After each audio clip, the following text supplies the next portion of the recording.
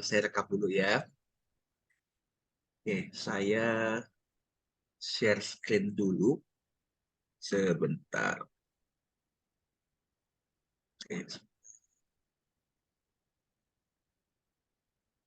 Oke,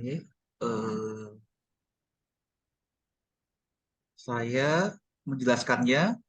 Saya akan menggunakan report yang singkat ini aja ya, yang 3 halaman. Karena nanti apa yang saya jelaskan ini sebagian besar akan ada di report yang lengkap ya, Bro Kevin ya. Nah, jadi selama sesi ini nanti kalau misalnya selama saya menjelaskan, Bro Kevin nanti ada pertanyaan yang mau ditanyakan, please feel free aja, langsung aja tanya. Jadi jangan ragu-ragu, jangan misalnya nanti aja tanyanya setelah dijelaskan, nggak langsung ketika saya ngomong kayak gini dipotong aja nggak apa-apa. Jadi tujuannya supaya nggak lupa. Biasanya kalau misalnya disimpan buat nanti akhirnya jadinya lupa jadinya. Jadi maksudnya biar apapun pertanyaan Bro Kevin silahkan tanyakan apapun itu terkait dengan human design. Saya akan mencoba menjawabnya. Nah, mungkin di sini sebelumnya Bro Kevin mungkin ada hal-hal khusus mungkin yang mau ditanyakan terkait dengan human design Apa ya? supaya nanti dalam menjelaskan saya bisa lebih spesifik mungkin gitu. Mungkin ada gambaran saya dikasih human design ini ya, saya dikasih ini, saya dikasih laporan ini, kira-kira ada nggak hal khusus yang mungkin saya harapkan yang saya ingin ketahui Oh, bahkan oke, lebih oke. dalam terkait dengan desain saya. Nah, Ada nggak kira-kira? mungkin Oke, ini kali yang Pak, manfaat kita ngikut ini apa sih? manfaatnya. Oke, Nah, selain selain manfaat ada lagi? terus juga ini berdasarkan apa gitu? Dari mana bisa dapat Oke, nilai-nilai ini? oke, angka-angka ini diagramnya dari mana, kemudian penjelasan Nah, letaknya dari mana.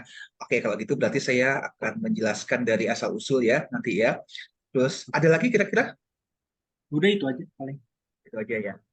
Oke, mungkin saya akan jelaskan dari awal ya. Kalau begitu, saya paham. Berarti memang Bro Kevin ini sama sekali belum pernah tahu ya tentang human design ya. Jadi mungkin saya akan Iya, ceritakan sedikit mendongeng. Mudah-mudahan Bro Kevin nggak ngantuk ya. iya. Ya, Benar-benar. ya. Jadi ini adalah yang dinamakan dengan human design. Ya, jadi human design itu sederhananya adalah sebuah buku manual dari manusia. Buku manual yang berisi mekanik bagaimana cara kerja energi yang ada di dalam tubuh kita saling bertukar posisi, saling bertukar energi dengan diri kita sendiri, ya, baik dengan kita sendiri maupun dengan lingkungan sekitar kita. Ah, itu poinnya. Nanti saya akan jelaskan lebih dalam lagi ya. Nah, jadi apa yang manfaat untuk kita mengikuti human design seperti yang tadi Bro Kevin tanyakan. Yang pertama, satu, kita akan jauh lebih mengenal tentang siapa diri kita. Jadi ibarat ini kayak kita tuh lagi beli handphone ya, beli handphone pasti kan akan dilengkapi buku manual, Iya. ya kan?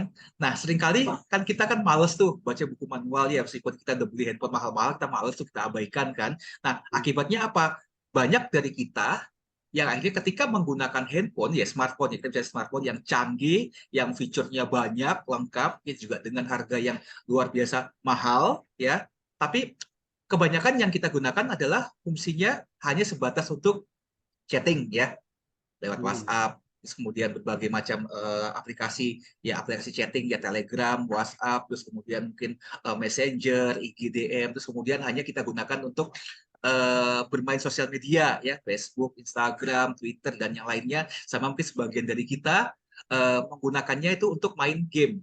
Ya, itu Iya. yang umum kan dalam yang terjadi dalam kehidupan kita kan seperti itu kan, tanpa sebenarnya kita menyadari bahwa ternyata handphone kita itu canggih, ya kan, Iya, mungkin betul. spek kameranya itu sama dengan yang digunakan oleh fotografer, jadi fotografer profesional ya kan, yang menggunakan yang ternyata beli beli kamera yang luar biasa mahal, ternyata fitur itu ada di dalam handphone ini, kita nggak Iya. sadar kan. Mungkin ada fitur-fitur yang lain yang akan membantu produktivitas kita dalam hal bekerja, mempercepat ini dan itu, tapi kita nggak sadar, kita nggak tahu karena selama ini kita nggak pernah mempelajari buku manualnya. Kita pikir nantilah nggak gitu penting kan saya selama ini sudah biasa pakai handphone. Ya udah yang umum-umum aja lah yang biasa saya gunakan tanpa kita menyadari bahwa ternyata handphone kita tuh luar biasa canggih, bisa buat macam-macam ya. Jadi sama seperti manusia, seringkali kita tidak sadar tentang siapa diri kita, tentang kemampuan diri kita. Ya mungkin ya kita menjalani kehidupan ya kayak begini. Kadang-kadang kita bertanya-tanya, kenapa sih saya lahir di bumi ini? Saya itu membawa misi apa? Apa sih tujuannya? Ini kan yang banyak sebenarnya orang cari kan. Terus Iya. kemudian saya tuh punya kemampuan apa dalam diri saya? Kok saya merasa hidup tuh kok begini-begini aja, kayak membosankan gitu kan? Terus kemudian kita merasa kayaknya kenapa ya hidup saya kayak seolah-olah saya berjalan di arah yang sebaliknya. Hidup saya itu tidak mudah. Kok sepertinya apa yang saya jalankan sehari-hari itu bukan diri saya.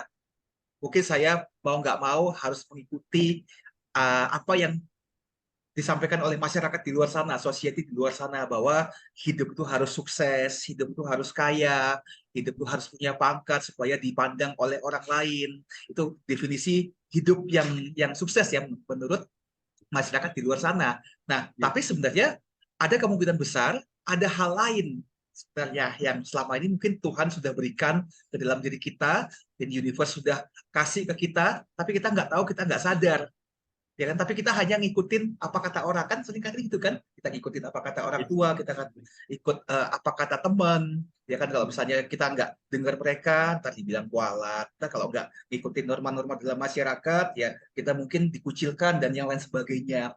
Tapi malah kemungkinan besar hal-hal tersebut yang mengkondisikan kita itu yang membuat kita jauh dari diri kita sendiri. Kalau kita menjalankan hidup kita dengan terpaksa, akhirnya ya terjadi yang kita nggak happy. Wong itu bukan diri kita kok, kenapa kok kita dipaksa untuk menjadi orang lain.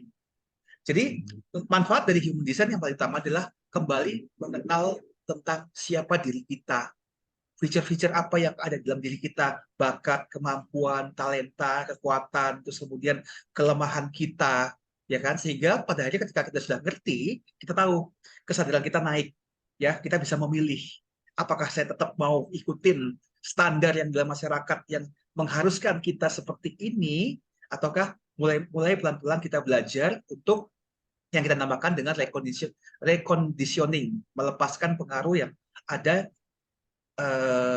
dari luar diri kita, yang mengarahkan kita, yang membuat kita menjadi orang lain.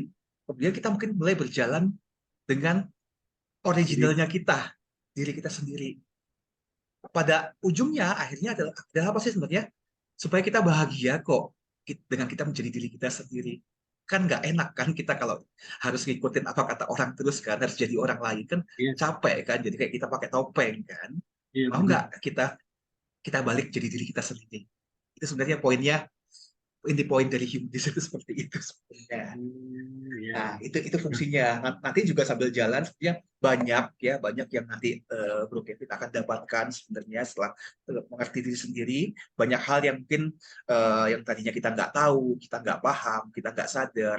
Kadang-kadang mungkin kita bertanya-tanya, kok saya punya perilaku ini ya? Kenapa ya? Kenapa kok saya cenderung emosian? Misalnya contohnya, kenapa kok kadang-kadang saya cenderung bucin? Ya, jadi itu yang kita akan bisa tahu di dalam mekaniknya kita dan memahami diri kita sendiri. Itu kira-kira manfaatnya. Mungkin sampai sini ada yang mau ditanyakan dulu nggak, Bro Kevin, sebelum saya lanjutkan terkait dengan Belum ada fungsi. sih.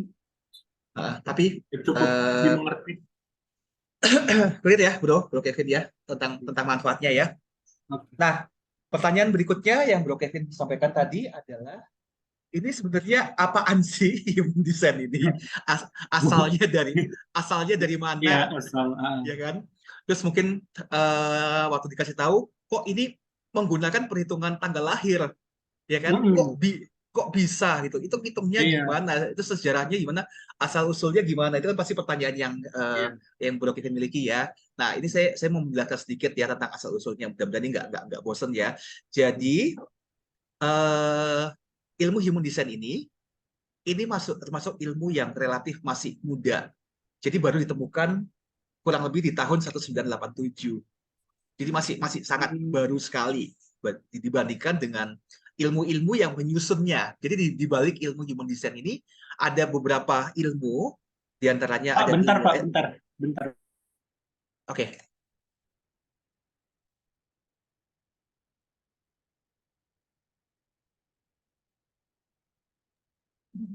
Sorry, Pak. Oke, Ada nggak apa-apa. iklan sebentar. Ada ikhlas sebentar, nggak apa-apa, santai. Ya, Ah, oke, oke, lanjut. santai aja. Nah, udah Udah. boleh lanjut ya. Oke, Oke. jadi ada beberapa ilmu, terutama ilmu kuno, ilmu-ilmu esoterik yang lama dari zaman ancient kuno dulu, yang menyusun ilmu dari human design ini. Nah, di antaranya kita kenal ada yang namanya astrologi barat. Jadi, kalau Bro Kevin mendengar kata astrologi, jangan bayangkan bahwa astrologi itu seperti yang mungkin kita sering baca di internet, baca di majalah atau nonton di mana gitu kan, bahwa oh astrologi ya bintangku ini, bintangku itu. Karena saya lahir bulan Agustus, bintang saya Leo. Saya lahir bulan September, oh saya Libra. Terus kemudian mungkin Bro Kevin akan lihat, oh kalau misalnya saya Leo, saya Libra, asmara saya minggu ini begini, rezeki saya minggu Hmm, ini begini. Bukan ya Bro ya, bukan.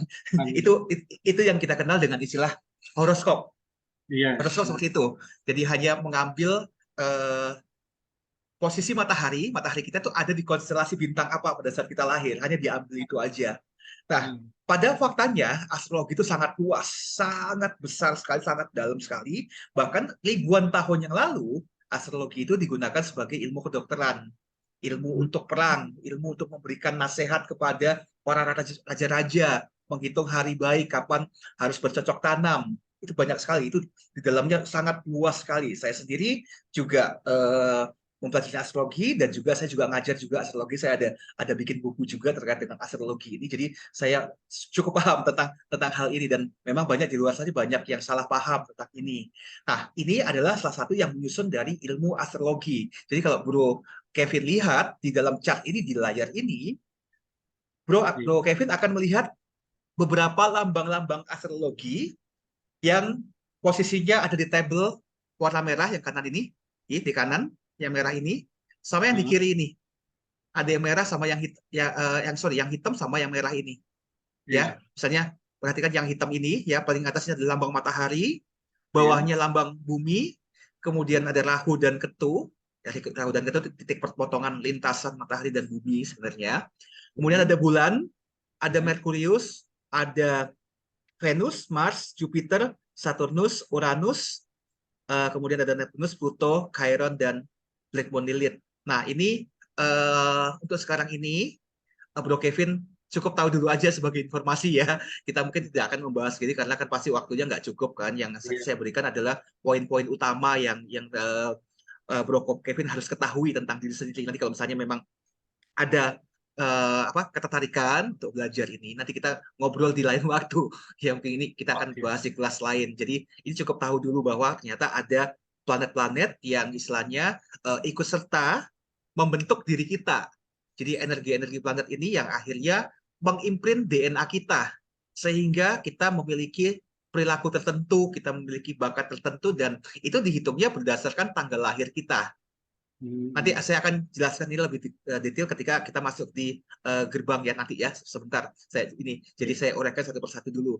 Nah, kemudian ilmu kedua itu yang dinamakan dengan cakra ya. Jadi kalau mungkin Bro Kevin pernah ikut meditasi, pernah ikut yoga, atau mungkin kalau nggak pernah ikut dua-duanya, kalau pernah nonton film Avatar, ini Hmm, avatar yang kartun ya, bukan avatar yang makhluk itu, bukan ya, makhluk yang biru-biru bukan, tapi avatar yang Kang itu kan, yang negara api iya. menyerang apa segala macam, itu pasti akan suka membahas tentang 7 cakra manusia. Jadi Iya, iya. 7 pusat energi manusia. Nah, di dalam human design itu akhirnya dipakai juga. Jadi di mana kita melihat 7 cakra itu yang di sini kok baru lihat di diagram human design ini yang semua bentuknya adalah geometri. Ini kan pasti ada segitiga, segitiga terbalik, benar? Ya. Kemudian ini Oke. ada kayak kayak kotak ini, Hmm, ya. Terus kemudian ada jajaran genjang. Nah, ini totalnya ada 9 macam di sini. oh, Ya, sedangkan tradisional cakra, ilmu tradisional cakra ini saya share ini aja ya. sebentar supaya bisa memahami lebih detail. Misalnya ini saya Google aja 7 cakra manusia.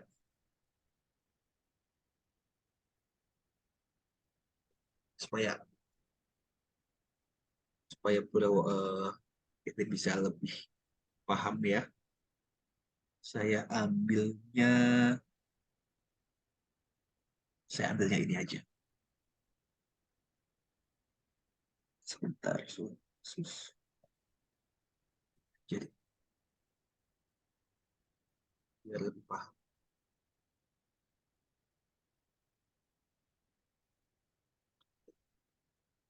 Loh, kok tutup? Sorry. Tutup ya. Pencet dua sebentar.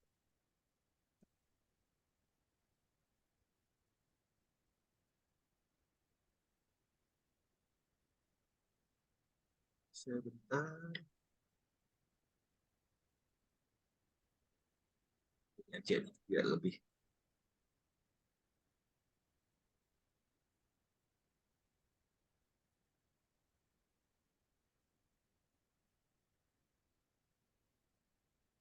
Kok kecil ya?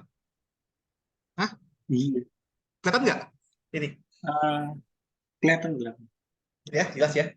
Nah, Paling jadi yang kuning kok, yang kuning kurang nih. yang kuning ini solar plexus. Solar plexus Oh, chakra. Iya, solar solar. plexus chakra. Solar plexus.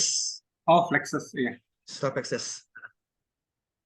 Jadi 7 cakra ini yang akan kita lihat di sini. Sebentar. Nah, ini gini aja. Oh, yang dilambangkan itu ya.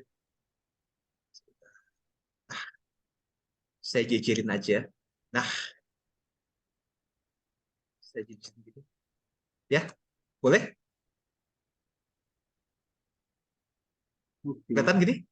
Berjejer Kelihatan? ya? Ya, Ya. kelihatan ya? Oke, jadi ini sambil saya jelasin, sambil saya cerita dulu ya. Sambil saya cerita ya. Oke. Jadi 7 cakra manusia ini itu jadi 9 kalau di dalam human design. Kenapa jadi 9?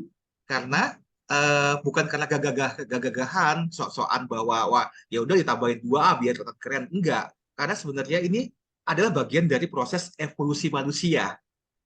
Manusia sebelum tahun 1871 semua manusia memiliki 7 cakra seperti ini. Hmm. Nah, kemudian setelah 1871 manusia kemudian berevolusi, berubah, bermutasi ya, karena pasti yang namanya manusia pasti harus berubah terus ya. Dia bermutasi menjadi 9 cakra. Itu yang dikenal dengan 9 pusat energi di dalam Indonesia. Namanya ada beda ya. Yang satu ngomongnya cakra, satu pusat energi, sebenarnya sama aja sebenarnya. Jadi ada beberapa ada 2 cakra yang di tradisional cakra ini yang akhirnya pecah jadi 2.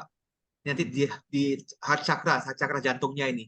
Cakra jantung sama solar plexusnya ini pecah. Nanti ini saya jelaskan pada saat kita bahas tentang 9 pusat energi ini ya bro ya. Kita kembali lagi Ya. ke sini ya. Jadi ini cukup tahu dulu bahwa kayak bentuk segitiga, kemudian kotak yang ada warna, ada yang putih, ini sebenarnya adalah 9 cakra kita. Itu poinnya seperti itu.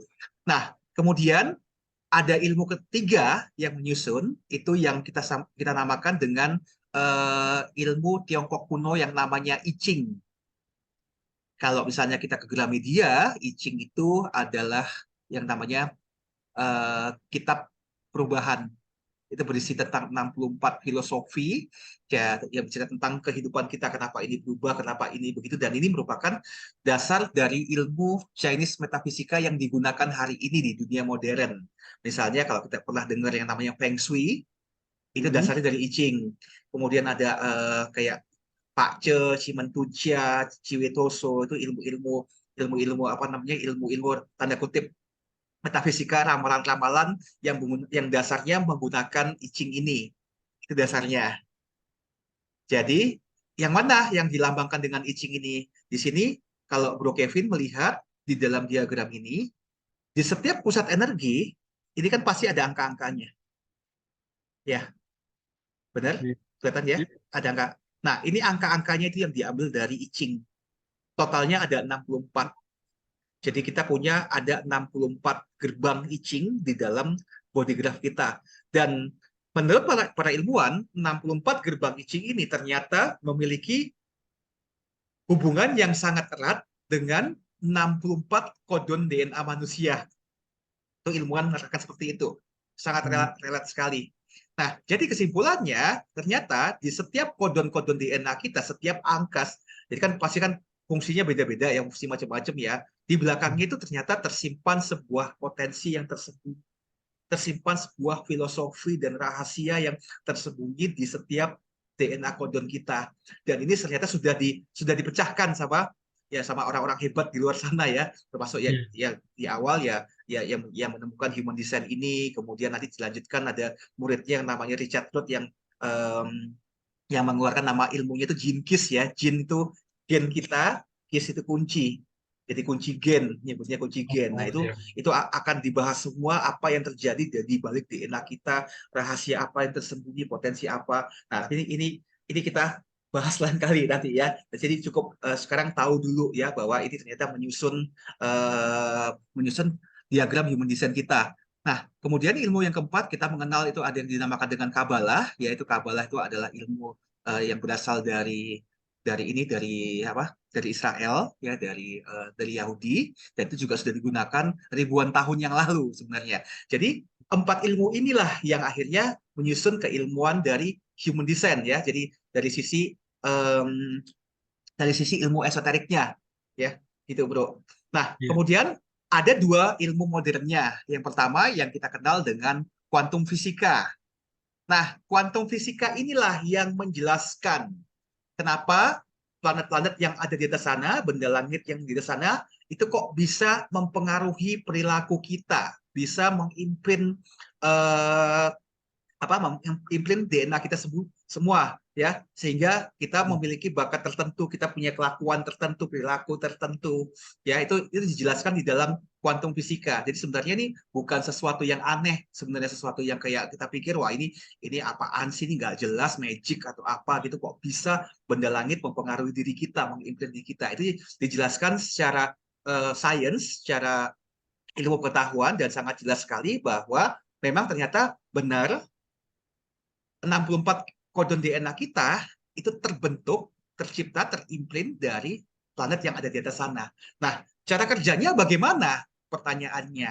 Nah, jadi sebenarnya di udara kita sekarang ini, ya, sembari kita duduk ini sambil mungkin bro dengerin saya, sambil kita cerita seperti ini, sebenarnya ada sebuah partikel kecil yang tidak kelihatan, sangat tipis, sangat kecil, sangat ringan sekali, ya. Itu partikel itu yang dinamakan dengan neutrino. Neutrinos atau neutrino sama aja sebenarnya. Nah, partikel itu Iya. sangat kecil, dan ini sudah diakuin juga nih. Kalau misalnya perlu sempat silahkan Google aja tentang neutrino, itu sudah ada penelitiannya segala macam. Dulu sebelum teknologi secanggih sekarang, Albert Einstein pernah ngomong bahwa neutrino ini dia sebutnya sebagai God particle pada saat itu, karena waktu itu kan belum ada teknologi kan, sekarang sudah ada ya, orang sudah bisa lihat neutrino. Dan neutrino itu berasal dari ledakan bintang yang ada di atas sana. Jadi bayangin ada supernova, kemudian ada Big Bang yang terjadi di alam semesta sana. Ya, jadi bayangin kalau ada sebuah ledakan, maka pecahan-pecahan ledakannya, bagian terkecil dari ledakan itu pasti akan menyebar ke seluruh alam semesta, termasuk ke tata surya kita. Ya, itu kita pikirkan logikanya ya, bro ya. Nah, jadi neutrino tersebut dalam perjalanannya menuju ke bumi, ya, dia akan membawa informasi dari benda-benda langit yang dilaluinya. Ya, jadi di tata surya kita ada matahari, Venus, Saturnus, Mars, Uranus, dan yang lain sebagainya. Jadi dia membawa energi dari planet tersebut sehingga akhirnya sampai ke bumi. Pada saat sampai di bumi, ketika neutrinos itu untuk pertama kalinya dihirup oleh nafas seorang bayi yang baru lahir, maka itu kemudian mengimprint personalitinya dia. kepribadiannya dia. Maka Hmm. ditunjukkan di area yang hitam ini, bro. Bagian Iya. personality yang hitam ini ditunjukkan apa? Ini yang merupakan didapatkan ketika seorang bayi baru lahir dan nafas pertama kalinya ini membawa informasi data yang ditransmisikan oleh neutrinos itu ke dalam DNA kita. Makanya di sini ada tanggal lahir. Ya, Hmm. jadi yang area yang hitam ini berasal dari tanggal lahir kita pada saat kita lahir. Nah, Iya. kemudian yang merah ini adalah ini dihitung 89 hari sebelum kita dilahirkan. Maka di sini ada yang namanya tanggal desain. Jadi kalau dihitung dia 89 hari sebelum 19 Oktober 98 ini, Bro. Iya. Ya, nangkap ya idenya ya. Nangkap. Nah, apa yang dimaksud dengan desain ini? Ya, desain ini adalah ketika tubuh janin kita itu sudah siap dan siapnya maksudnya kenapa? Karena ketika dia sudah siap, maka jiwa itu akan masuk. Hmm. Soul itu akan masuk ke dalam tubuh janin ini. Dan ini dirayakan oleh sebagian besar masyarakat kita di Indonesia ya dengan berbagai culture dan cara dan budaya dengan istilah 7 bulanan. 7 bulanan atau nujuh. Nah, itu ini sebenarnya itu kayak merayakan mau ngasih tahu bahwa ini tubuh tubuh ini udah siap loh. Apa tubuh janin ini siap nih. Ya, silakan jiwa, silakan soul bersiap-siap untuk masuk ke dalam tubuh ini. Gitu. Iya, Bang. Jadi itu idenya ya. Nah, kemudian tadi kita baru ngomong kuantum fisika ya. Kuantum fisika ya ini ya bagaimana neutrino berpengaruh, bagaimana neutrino bisa mengimprint diri kita. Itu yang dijelaskan dalam kuantum fisika. Nah, ilmu kedua yang modern itu yang dikenal dengan epigenetik ya, namanya juga genetik ya. Nah, ini yang mempelajari tentang DNA kita, perilaku-perilaku apa yang ada di dalam DNA kita, kenapa kok DNA kita bisa begini, bisa begitu, kemudian bisa ada mutasi, kenapa juga ada yang bisa cacat dan segala macam itu dipelajari dalam epigenetik. Dan epigenetik ini pasti akan bicara soal 64 kodon DNA manusia. Yang tadi sudah kita bahas bahwa ternyata 64 kodon ini ternyata sama dengan 64 heksagram I Ching yang kita pelajari di ilmu Tiongkok kuno. Sehingga para ilmuwan mengambil kesimpulan ternyata ada rahasia tersembunyi, ada filosofi tersembunyi yang berada di balik DNA kita. Nah, jadi itulah asal muasalnya. Kok bisa, kok bisa human design tercipta? Kok bisa berdasarkan tanggal lahir aja? Kok kita bisa mendeteksi perilaku kita, potensi kita? Dan ceritanya seperti ini, bro. Ada yang mau ditanyakan mungkin dari sini? Hmm. Atau masih ada Maksud, bingung? kalau yang di merah ini dia berdasarkan apa perhitungannya? 89 hari. Sebetulnya kalau kita ngomong secara astrologinya, itu adalah 88 derajat matahari. Hmm. Dihitung dari waktu lahir kita. Iya. Itu hitungnya seperti itu. Atau kalau gampangannya ya 89 hari sebelum kita dilahirkan. Dia itu fungsinya untuk membandingkan atau Ya, nanti kita akan masuk ya. Sabar ya. oh Ini iya, informasi iya. informasi terima dulu ya. Ini bahwa Oke, oh oke. ternyata ada yang hitam, ada yang merah. Nanti sebentar setelah saya menjelaskan 9 pusat energi ini, ketika kita masuk ke gerbang, ke masing-masing gerbang yang ada di sini, nah pasti kan nanti kan ada, kalau misalnya perhatikan, nih gerbang 4 ya, gerbang nomor 4 ini. Ada pipa merah keluar, benar? Iya. Ya, ini apa? Nanti saya jelasin. Kemudian kayak misalnya gerbang 44 ini, ada pipa hitam keluar. Ini apa? Nanti saya akan jelaskan ketika kita sudah masuk di sini. Nah, Oke, nah oke. kita bahas dulu terkait dengan 9 pusat energi atau 9 cakra yang ada di dalam tubuh kita. Ini dulu ya, bro ya. Boleh ya? Oke, Yang oke. bagian merah hitamnya nanti kita bahas setelah kita masuk gerbang ya. Nah, Oke. jadi gini, 9 pusat energi ini, 9 geometri atau 9 cakra ini, kalau Bro Kevin perhatikan di sini, ada pusat energi yang warnanya putih. Ya, ini Iya. putih. Kemudian ada yang berwarna. warnanya apa di sini itu tidak jadi masalah. Mau merah, mau hijau, mau coklat, mau apa, ini tidak jadi masalah karena kalau nanti Bro Kevin menemukan software human design di luar sana, hari ini banyak banget ya genetic matrix, ada 64K di mana kita bisa mengenerate, kita bisa bikin chart human design kita gratis. Nah, itu nanti tergantung dari siapa desainernya yang bikin ini. Jadi nanti Iya. warnanya akan bisa berbeda-beda tergantung dari softwarenya. Jadi nanti pas kalau misalnya ketemu seperti itu, jadi Bro Kevin jangan bingung Oke. karena warna apapun itu terserah suka-suka yang bikin softwarenya. Tapi yang perlu kita mengerti dasarnya adalah kalau kita menemukan pusat energi yang berwarna, ya itu kita menyebutnya dengan istilah aktif atau kalau bahasa Inggrisnya divine. Kalau saya menyebutnya sebagai aktif. Nah, kalau ini berwarna atau aktif, artinya kita punya sumber energi yang terkait, ini kan namanya pusat energi ya, berarti kita punya sumber energinya itu ada di dalam diri kita. Kita punya di dalam diri kita dan kita bisa membagikan energi yang berasal dari dalam diri kita keluar. Iya. Ya, itu idenya dulu ya. Sampai ini tangkap ya Oke. idenya ya.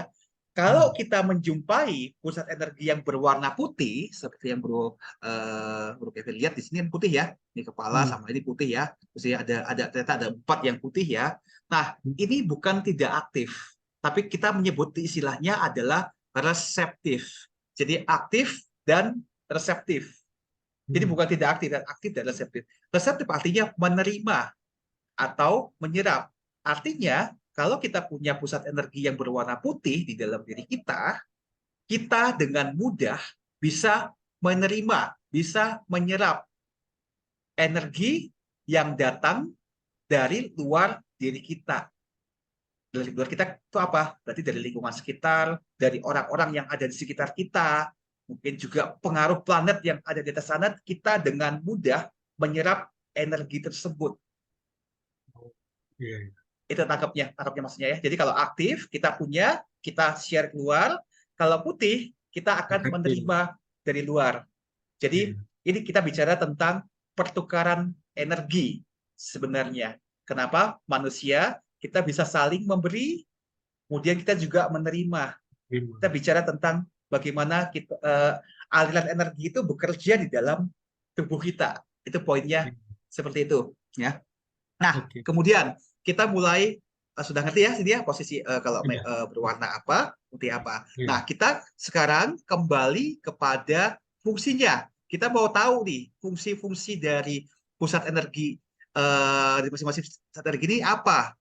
Terus kemudian efeknya apa dengan saya? Apakah itu bisa menjadi kekuatan? Apakah itu bisa menjadi kelemahan bagi saya? Itu kan pertanyaannya begitu ya, Bro ya Iya. sekarang ya. Nah, kita mulai dari yang paling atas. Ini adalah pusat energi di kepala. Nah, jadi sebenarnya ini asalnya dari ini, Bro. 7 cakra. Ya, keren ya. Kelihatan? Kalau ya, keren ya. Nah, pusat energi yang paling atas ya. Kalau di tradisional cakra kita nyebutnya dengan mahkota. Cakra mahkota, cakra kepala juga sama ya. Di human design kita juga nyebutnya sebagai pusat energi di kepala. Jadi ini sama ya. Nah, pusat energi di kepala itu fungsinya adalah mengatur ide dan inspirasi. Di semua ide dan inspirasi itu masuknya pertama kali adalah di kepala. Itu Iya. konsep dasarnya seperti itu.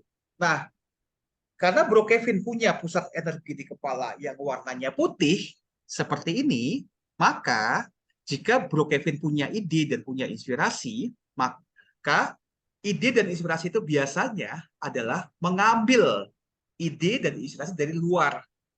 Entah itu karena Bro Kevin baca buku, entah itu mungkinlah habis nonton film, atau mungkin habis ketemu teman, diskusi, tiba-tiba, aha, saya punya ide. Idenya itu begini.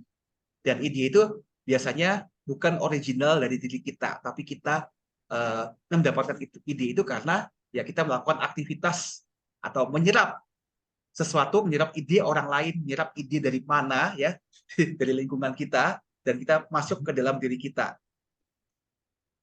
Sampai sini idenya nangkep, Bro? Boleh?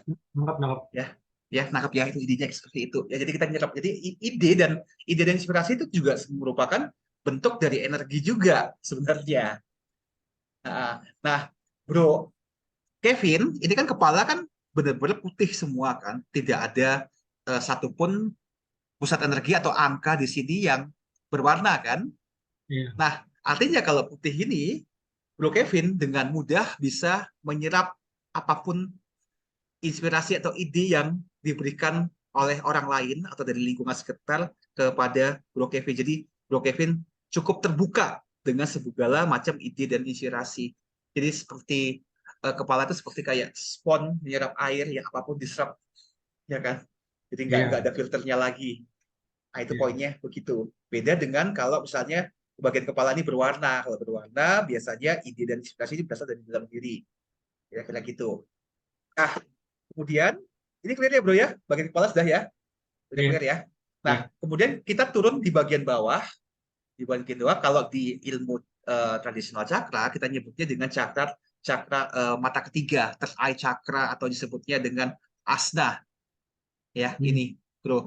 Nah, ini juga sama di human design, bagian ini yang disebut dengan asnya. Sama.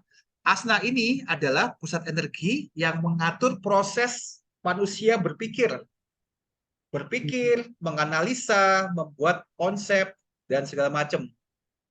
Jadi, kalau ngikutin urutannya, ide kan inspirasi datang dari kepala, dari atas. Iya. Kemudian dia akan dialirkan ke asna. Untuk apa? Diproses, dianalisa, dibuat konsep. Karena sekali lagi, ide dan inspirasi itu masih mentah. Makanya orang bilang ide itu murah sebenarnya. Karena Hmm. apa? Ide itu belum jadi apa-apa, masih mentah. Dia harus diproses dulu, dimatangkan dulu, dianalisa dulu, ini layak apa enggak. Nanti kalau misalnya ide ini mau dikonsep, ya ini siapa yang ngerjainnya, siapa yang akan eksekusi, bla bla bla, masih banyak. Jadi itu yang terjadi di pusat energi asna. Jadi memproses segala macam ide dan inspirasi yang berasal dari kepala. Karena putih seperti ini, maka Bro Kevin sangat terbuka dengan pemikiran dan konsep yang dimiliki oleh orang lain. Cukup terbuka. Punya kecenderungan, eh, ya jangan saya deh yang suruh mikir, suruh aja orang lain yang mikir. Dan saya terbuka dengan segala macam konsep dan pemikiran yang orang lain punya. Kira-kira gitu. Beda kalau yang berwarna, lebih cenderung dia pengen mikir, mikir, mikir, mikir, gitu. Sampai sini, Tapi oke. itu kok ada yang beda sendiri warnanya? Hmm? Beda sendiri dari angka, kan ada angka 47, 24, ada yang Ya, kuning sendiri. nanti angka-angka ini kita bahas setelah pusat energi ya. Sabar Oke. dikit, sabar dikit, nggak lama, sabar dikit. Oke, Ini oke. kita ngomongin ini dulu ya, biar kita Ah, nggak ini nggak bingung, nggak loncat-loncat. oke. Nah, kita turun dulu ya ke bro ya, yang ke bawah cakra nomor 3. Ini throat cakra, cakra tenggorokan ya, di human design juga sama, nyebutnya cakra tenggorokan. Apa pusat energi di tenggorokan? Ini adalah pusat energi yang fungsinya adalah untuk memberikan ekspresi, berkomunikasi sekaligus mewujudkan sesuatu. Dan ini Hmm. merupakan pusat muara semua energi yang berasal dari dalam tubuh kita. Jadi pada akhirnya akan bermuara, berakhir di tenggorokan ini. Dan tenggorokan ini akan menyuarakan energi yang berasal dari pusat energi yang lain. Sebagai Hmm. contoh, ini kan eh, Bro Kevin kan tenggorokannya kan nyambung dengan yang hijau ini kan, ini solar plexus. Ini adalah pusat emosi. Maka yang lebih banyak diekspresikan atau dimanifestasikan oleh Bro Kevin adalah hal-hal yang terkait dengan emosi, terkait dengan hal-hal melankolis, emosi. Hmm. Tuh, kira-kira gitu cara kerjanya. Jadi energinya mengalirnya pada akhirnya bermuara kepada tenggorokan. Oh, iya, Jadi iya. di sini Bro Kevin katanya lebih mudah untuk menyuarakan isi hati, menyuarakan emosi. Kalau lihat dari sini ya. Iya. Tapi ini baru baru gambaran awal. Nanti kita lihat lagi ya. Oke. Nah, berikutnya kita turun di tradisional cakra ada namanya heart chakra atau cakra jantung ya di sini. Nah, Hmm. di dalam human design cakra jantung ini pecah menjadi dua, yaitu G-self ya yang Hmm. tengah-tengah yang bentuknya kayak belah ketupat ini, sama Ya. satunya lagi yang kita sebut dengan ego. Ini yang segitiga kecil nih, namanya ego. Ini pecah jadi dua. Iya. Ya, jadi dua. Nah, fungsi dari pusat energi G-self ya yang di tengah-tengah ini, kadang G-self orang menyebutnya sebagai God self atau God center. Jadi Hmm. sebenarnya tempat di mana ya sebenarnya roh Tuhan, roh Allah itu berada dalam diri kita. Beberapa orang menyebutnya sebagai suara hati nurani. Ya ini Oh, iya. ada di hati kita sebenarnya. Ya kan tidak dalam dada kita kan sebenarnya kan. Nah, pusat energi di jati diri ini, inilah yang akan menyuarakan tentang siapa diri kita, identitas kita, kemana kita harus menuju, ya, terkait dengan arahan. Terus bicara tentang kasih sayang, love, ya. Jadi benar ini disebutnya G-center, God self, God center, ya kan. Kita Hmm. melambangkan bahwa Tuhan itu kasih. Tuhan itu Hmm. adalah yang memberikan arahan, ya Tuhan yang menunjukkan jalan, ya kan, Tuhan yang memberikan kita identitas, ya benar ya, itu konsepnya seperti itu bro. Ya, betul. Nah, oleh karena G-centernya eh, Bro Kevin ini sepenuhnya putih ya, reseptif, artinya Bro Kevin adalah orang yang sebenarnya seandainya tidak punya identitas secara alami ya itu nggak apa-apa, secara alami Hmm. nggak terlalu peduli dengan namanya identitas, nggak punya tujuan dalam hidup juga nggak apa-apa, karena Hmm. Bro Kevin akan merasa ya nggak apa-apa juga kan nggak punya tujuan, nggak apa-apa juga kan nggak punya identitas, ya kan? Tapi saya ingin membiarkan hidup itu mengalir, Hmm. ya kan? Nah, tapi buat sebagian orang yang punya G-center ini berwarna, akan istilahnya apa? Wah, mana bisa hidup tanpa tujuan? Mana bisa hidup tuh gak ada identitas? Ya kan? Hidup itu kan harus berarti begini, gini, gini. Tapi buat Bro Kevin sebenarnya adalah nggak apa-apa kok kalau misalnya nggak ada tujuan. Hmm. Nah, itu nggak apa-apa kok nggak punya identitas. Saya baik-baik saja dalam keadaan normal ya, bro ya, dalam Iya. keadaan tidak ada conditioning ya. Nah, Iya. ada sebuah kalimat dari satu film Korea yang pernah saya tonton ya, namanya Startup. Nah, salah satu tokohnya itu pernah ngomong gini. Terkadang berjalan tanpa tujuan itu ada sesuatu yang menyenangkan. Terkadang berlayar tanpa kompas itu adalah sesuatu yang mengagumkan. Nah, bagaimana kalau saat ini didengar sama orang yang punya G-center yang aktif? Oh, bakal dikata-katain bro, habis tuh bro, Iya, betul, ya kan? betul. Wah, apa sih kok gitu? Ya itu bego aja tuh. Masa berjalan tanpa tujuan tuh menyenangkan? Ya tersesat lah. Terus berlayar Hmm. nggak pakai kompas, ya tenggelam ya terombang-ambing di laut, itu bego. Itu pasti pasti kata-katain kayak gitu. Iya. Tapi naturalnya orang yang punya eh, jadi diri putih seperti Bro ini, naturalnya seperti itu. Nggak apa-apa kok, itu kan. Kenapa harus ada tujuan? Kenapa harus saya ngikutin apa kata orang? Toh saya bahagia kok dalam kondisi seperti ini. Jadi ingat bro, goalnya adalah bagaimana kita menjadi diri sendiri. Kita happy nggak dengan hidup kita? Ya kalau Iya. happy ya go ahead. Jangan sampai kita dipaksa menjadi orang lain yang bukan kita. Sebenarnya Iya. begitu dengan kita tahu ini. Ya. Nah, jadi gini, pusat energi yang putih, semua yang putih yang Bro punya ini adalah area di mana Bro Kevin bisa dipengaruhi atau dikondisioning oleh orang lain. Siapa Hmm. yang conditioning, siapa aja yang di sekeliling kita, ya bisa orang tua, bisa teman, bisa saudara, siapapun itu bisa dengan mudah mengkondisikan kita, mempengaruhi kita dengan ya kalau kepala dengan idenya dia, kalau dengan asta pemikirannya dia. Kalau kita Hmm. ngomongin jadi diri ini ya adalah apa namanya arahan dari dia, ya kan? Nah ini yang kita mesti aware di area yang putih ini. Karena kalau kita nggak aware ya kita akan jadi seperti orang lain. Kan kita ngikutin identitasnya orang Iya. lain. Nah, jadi kalau misalnya jadi dirinya putih seperti Bro Kevin ini, hati-hati dalam memilih pergaulan, pertemanan. Karena identitas mereka itu akan jadi identitas kita. Karena yang putih Oh ya, ini, karena kan nyerap kan, ya iya kan. bisa. Jadi kalau Pengaruh. komunitasnya toksik, ya, ya kita akan jadi seperti mereka. Jadi benar-benar hati-hati kalau dalam memilih pertemanan, pergaulan. Jadi kita akan seperti mereka karena ini putih, bro. Dirimu Iya, nyerap, maka seperti iya. mereka. Itu advice-nya sebenarnya. Sampai sini ada pertanyaan dulu, bro, sebelum saya pindah dari Giselle. Udah ada. Nah, dapat ya idenya ya. Ya, Nah, kita kemudian pergi ke yang namanya ego, ini ego center ya. Jadi ini asalnya dari heart chakra juga sebenarnya, pecah kan. Satu Giselle, satu ego, ya. Nah, pusat energi di ego ini yang mengatur tentang desire kita, keinginan kita, kemudian juga ambisi kita. hmm.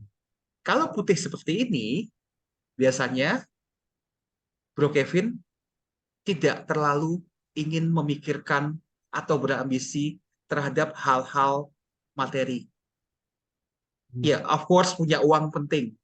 Itu punya uang itu penting, jelas. Tetap uang itu akan bermanfaat bagi kita. Tapi bukan ngejar uang sampai yang uang sangat banyak sekali. Enggak. Hmm. Ya mungkin ngejar uang yang agak banyak tapi digunakan untuk yang lain. Tapi pada artinya gini yang saya mau sampaikan adalah bukan hal materi yang Bro Kevin kejar. Ya. Jadi lebih kepada hal-hal abstrak. Jadi misalnya pengen punya mobil, misalnya. Oke, mobil itu sesuai dengan fungsinya. Bisa menggelinding, bisa membawa saya ke tempat kerja, Hmm. mungkin juga bisa membawa keluarga saya buat jalan-jalan di akhir pekan. Sesuai dengan fungsinya. Tapi bukan keinginan dari Bro Kevin yang, oh saya pengen punya Lamborghini, Ferrari yang harganya miliaran itu. Enggak. Bro Kevin akan lebih milih sesuai dengan fungsinya. Iya. Lebih kepada begitu. Sama kayak punya rumah. Rumah ya kecil nggak apa-apa, tapi itu nyaman buat saya dan keluarga. Bisa Iya. melindungi saya dari panas dan hujan. Bukan keinginan Bro Kevin ya, oke saya pengen punya rumah yang harganya belasan miliar, kayak mungkin kalau di Jakarta kita ngomong Pandenda Kapuk, Pondok Indah, atau mungkin di mana yang mahal-mahal itu. Enggak. Rumah yang walaupun sederhana, kecil, selama keluarga saya nyaman, itu cukup buat saya. Nah, Iya. keinginan Bro Kevin lebih kepada hal-hal yang abstrak. Misalnya, saya ingin membantu orang lain. Saya mau empowering others, supaya mereka bisa punya hidup yang lebih baik. Saya mau, misalnya contoh, membangun panti asuhan, atau bikin rumah jompo, seperti itu. Itu naturalnya, ya, natural yang Bro Iya. Kevin miliki sesuai dengan desain. Nah, tapi kalau ternyata Bro Kevin merasa enggak kok, gue pengen kaya, gue pengen ngejar materi, aku pengen punya rumah mewah, punya mobil mewah, aku mau itu. Nah, inilah yang akhirnya Bro Kevin harus coba sadari, coba refleksikan diri. Hmm. Ini apakah itu keinginan saya, benar keinginan saya kah, atau lingkungan yang mempengaruhi saya? Jadi seperti itu. Oh iya, iya paham. Nah, kenapa lingkungan ke situ? Oh, pokoknya harus kaya, harus ini ya. Kalau enggak kan lu nggak dipandang. Akhirnya ketika kita terpengaruh, ketika kesadaran kita tidak ada di sana, akhirnya oke, kayaknya saya harus buktikan bahwa saya bisa ngapain beli mobil mewah. Ya saya harus kejar jadi yang nomor satu, nomor yang terbaik. Ya kan saya punya ambisi harus ke sana. Nah itu boleh dicek ya. Apakah benar itu keinginan saya? Atau karena saya ingin membuktikan diri saya bahwa saya bisa, membuktikan bahwa diri saya berharga, mampu, ya. Kalau saya nggak membuktikan itu semua, ya nanti mungkin saya tidak akan diterima di keluarga, di komunitas, di kelompok, di pertemanan dan yang lain-lain. Jadi sebenarnya tidak perlu bagi diri kita untuk membuktikan sesuatu, karena kita sudah berharga demikian adanya kok. Kita unik dengan Hmm. seunik-uniknya Iya. diri kita. Nah, ini yang perlu di aware. Adakah saya cenderung ingin membuktikan diri saya menjadi people pleaser ya untuk menyenangkan orang lain daripada kita menyenangkan diri kita sendiri. Kan sebenarnya yang harus diserahkan diri kita sendiri dulu kan sebelum Iya. sebelum kita bisa bantu orang lain ya harus kita bantu diri kita sendiri dulu. Iya. Itu poinnya gitu. Sampai sini Bro Kevin mungkin mau komentar sesuatu, apakah ini sesuatu yang relate atau enggak? Nggak ada sih. Bener sih. Eh, lebih legowo jadi orang. Ah, ah. Nah, itu Nggak ya. ada Ah, sih. Nah, ya. Oke. Kira-kira relate nggak dengan diri sendiri? kalau mungkin yang putih ini benar semua sih. Yang putih Oke. ini. Oke. Nah, paling tiga sudah tahu dulu ya sekarang ya. Nah, Oke. Nah, kemudian kita kembali ke cakra yang berikutnya ya. Kalau di tradisional cakra, kita menyebut dengan istilah solar plexus ya, solar plexus cakra nih yang warna kuning ini. Ya. Di iya. dalam human design, solar plexus cakra ini pecah menjadi dua bagian. Yang mana yang Bro Kevin lihat warna hijau nih. Satu di Hmm, kanan, satu di kiri. Terus solar iya, plexusnya pecah jadi dua. Ya, jadi dua itu iya, saya katakan kayak mirroring kan kanan kiri kan sebenarnya kayak kayak ginjal gitu kayak kanan iya, kiri ya. Tadi saya ada sesi dibilang itu kayak ginjal ya Pak gitu. Saya ketawa aja. Jadi kayak reflect each other gitu kan. iya. Nah, yang di bagian kanan ini tetap kita nyebutnya sebagai solar plexus juga, tetap sama, ini nggak berubah. Yang sebelah kiri kita nyebutnya dengan istilah spleen, spleen atau limpa. Oh, iya. Nah, ini pecah jadi dua, jadi tahu ya. Nah, yang di bagian kanan, solar plexus ini adalah pusat energi yang mengontrol keseluruhan emosi kita. Oh, Jadi, bicara tentang emosi ada di solar plexus. Karena Bro Kevin, solar plexusnya berwarna, maka Bro Kevin adalah tipikal orang yang memiliki emosi yang up and down, up and down. Sometimes mungkin kadang moody. hmm, Ya, itu kalau yang berwarna seperti ini. Tapi kalau bisa mengontrol emosinya dengan baik, dirimu akan menjadi orang yang cerdas secara emosional. Makanya kenapa hmm, ada yang namakan kecerdasan emosional kan? Jadi iya, mampu memiliki hubungan yang baik dengan orang lain, bisa mempengaruhi emosinya orang lain, ya dengan kalau misalnya kita aware ya, tapi kalau kita nggak aware ya kita akan jadi ya up and down terus sebenarnya. oh, Ini yang kita akan menjelaskan beberapa gerbang di sini, beberapa angka-angka di sini yang mungkin kayak Bro Kevin ngerasa kok saya orangnya jadi mellow gini. Dijelaskan di sini nanti ya setelah kita bahas iya. pusat energi ya.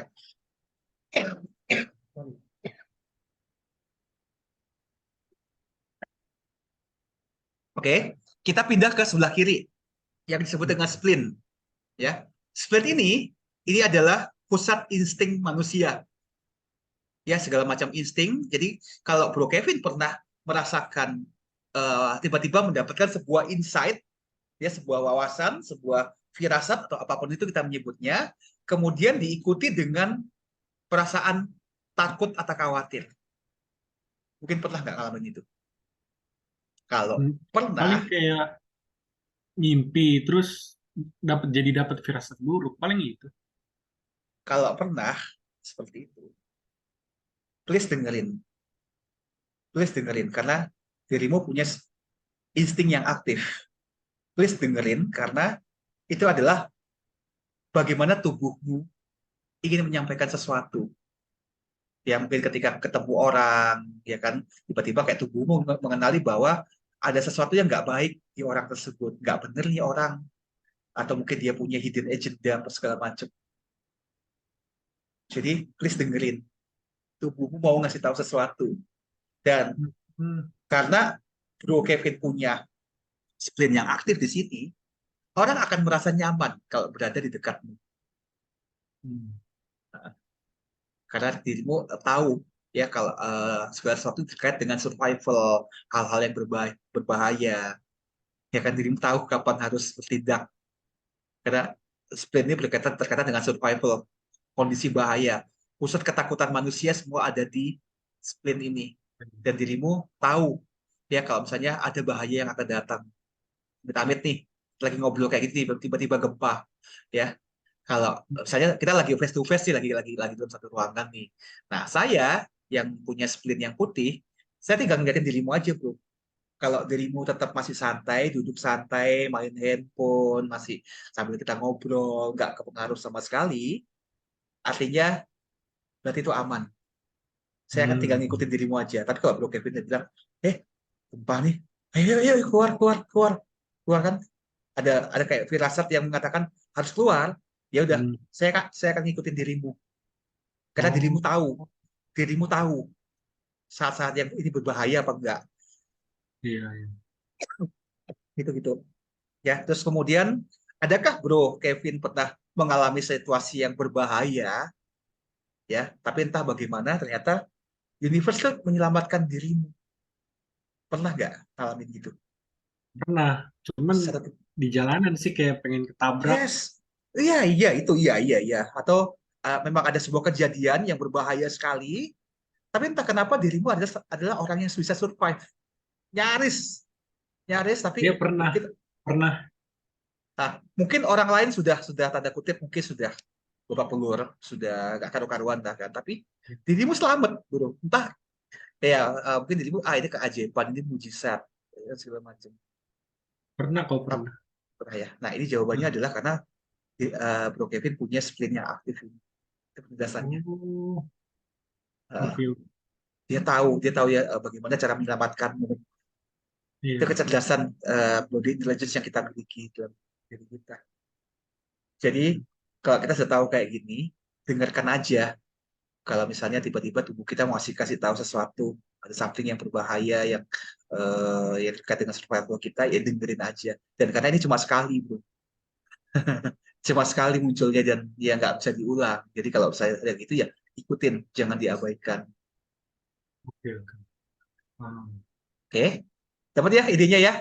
Dapat, dapat. Nah, nah kemudian kita menuju ke sakral cakra, ya sakral cakra itu kalau di dalam human design yang merah ini, bro, ya sakral itu adalah pusat energi yang mengatur seksualitas, kemudian life force kita, ya. Jadi Hmm. kalau bro punya yang sakral yang berwarna seperti ini dirimu punya energi yang nggak ada habisnya. Jadi mau kerja pagi sampai malam, ya kan, sepanjang dirimu melakukan apa yang dirimu sukai atau Hmm. menyukai apa yang dirimu lakukan, maka energinya tetap akan terjaga. Tapi kalau Oh, dirimu dipaksa melakukan sesuatu yang dirimu tidak suka, maka biasanya itu membuat energinya drain. Nah, hmm. contoh Kalau yang saya putih juga ya? enggak yang merah seperti ini. Yang merah ini Oh, adalah harus melakukan untuk menjaga energi tetap nyala, tetap terjaga dari pagi sampai malam, harus melakukan apa yang dirimu suka. Contoh, oh, iya, iya, paham, paham. contoh hari ini saya sudah uh, dengan sesi dengan Bro, saya sudah sesi yang keempat ini. Oh, udah Tapi keempat. nada suara saya tetap sama seperti tadi pagi ketika saya memberikan sesi. Oh, iya, Nada iya. suara saya masih tetap semangat kan?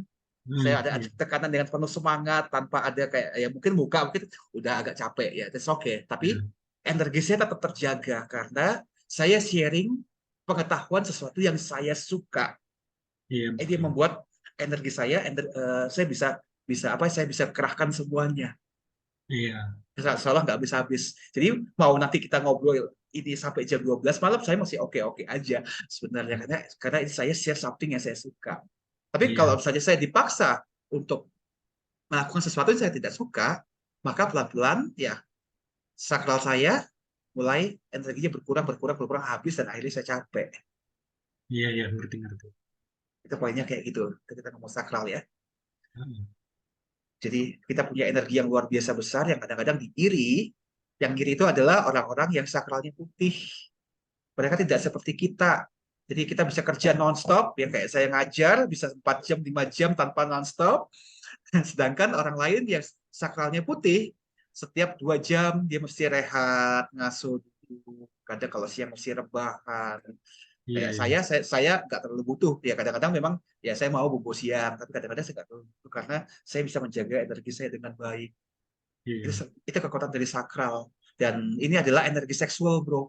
Kalau kita bisa gunakan ini dengan baik, kita bisa uh, mengubahnya menjadi kreativitas. Kita bisa mengubahnya menjadi karya-karya yang luar biasa. Ya kan, Hmm. jadi sakral itu, energi seksual itu ya bukan hanya bicara soal prokreasi, bukan sekedar hanya sekedar enak-enak, kemudian Hmm. reproduksi, enggak. Tapi sebenarnya Iya. ada tujuan yang lebih besar lagi. Makanya kalau orang yang ngerti rahasia tentang sakral ini, dia akan menjaga energi sakralnya ini.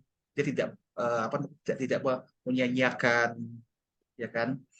Dia Hmm. benar jaga karena ini adalah life force ya kita. Oke, Paham, good paham. idea. Paham ya, bro ya? Dapat. Nah, kemudian kita menuju ke cakra yang terakhir, ini root chakra, ya. Ini yang coklat di sini, ya. Ini kalau saya menyebutnya sebagai dengan istilah kuda-kuda, ya. Ini Hmm. pusat energi yang mengatur tentang tindakan kita, aktivitas kita, dan adrenalin kita. Nah, karena Bro Kevin punya root chakra atau root center yang berwarna seperti ini, Hmm. maka Bro Kevin biasanya adalah orang yang tidak bisa berhenti untuk bergerak. Ada aja yang membuat dirimu sibuk. Kalau diem tuh kayaknya nggak enak. Terus Hmm. kemudian mungkin menyukai adrenalin, ya. Jadi aktivitas-aktivitas ya kayak mungkin olahraga yang berbahaya, ya mungkin ya I don't know, mungkin arung jeram, berpetualang, gitu kan. Iya. Terus kemudian lebih tahan banting, Hmm. lebih mudah untuk menghadapi stres. Hmm. Ya nggak bro? Jadi kalau diberikan tekanan, diberikan tugas banyak, mungkin bro akan bilang, oke gini doang. Ada lagi nggak? Pengen nambah, nantangin. Gitu, Nah. karena dirimu cukup cukup tahan terhadap stres dibandingkan yang putih. Kalau putih itu lebih apa ya? Dikasih tugas banyak aja, aduh, itu banyak banget pusing gitu kan. Tapi kalau ini gini doang. Ada lagi nggak? Hah, masih gini doang nih bisa mah dalam berapa jam kelar gitu. Iya. Kira-kira gitu bro. Nah, Oke. ini keseluruhan dari 9 pusat energi seperti ini. Sampai sini mungkin ada yang mau ditanyakan sebelum kita masuk yang eh, berikutnya. Kalau ini kan kalau yang kayak spleen sama apa namanya? Lupa lagi Solar saya. plexus Nah, yang sama kanan, solar plexus itu plexus. Iya, warnanya itu ada nggak ya kayak tingkatan dia warnanya? Misalnya kan berwarna nih. Ada perbedaan tingkatan nggak atau cuman khusus nggak ada, satu itu gitu? nggak ada, nggak ada. Oh, oke. Sekali lagi, warna khusus pusat energi hanya ada warna sama putih. Udah dua Oh, pilihan ini dia aja. dia cuman ngebedain aktif dengan reseptif doang ya? Yes, betul sekali. Nah, kalau memang di ilmu cakra, mungkin kan kadang ada orang yang peka kan, oh cakra ini kurang kurang kenceng nih, harus di ini. Nah, kita nggak bahas di situ. Itu Oke, karena oke. kan levelnya sudah sedikit beda kan, karena itu kan lebih ke arah spiritual kalau yang di sana. Kalau ini kita benar-benar logiknya jalan. Ini gini dan gini nih kayak ini. Ya ini fungsinya ini dan ini. Lebih ke Oke, arah situ, bro. oke. Nah, tangkap ya idenya ya, bro ya. Ya, Bisa. udah ya, tangkap ya. Nah, Nah, sekarang kita akan berbicara tentang gerbang energi. Gerbang energi yang mana? Gerbang energi itu yang angka-angka yang ada di dalam body graph-nya kita. hmm, Nah, ambil contohnya. Ambil contohnya adalah, hmm, sebentar bro. Ambil contohnya, kalau bro lihat ada gerbang energi nomor 4 ini, ya. iya, Nah, ini kan warnanya merah. iya, Kemudian contoh lagi, ada gerbang 40. Ini warnanya hitam. hmm, Bener ya? iya, Ini hitam ya. Bener ya? Nah, iya. cara ngeliatnya gini. Gerbang 4 warnanya merah, maka bro silakan cari angka 4 ini di sebelah kiri. Di tabel sebelah kiri ini. Ada angka 4 ini ya? Ada. Ini ya? Nih, ini ya.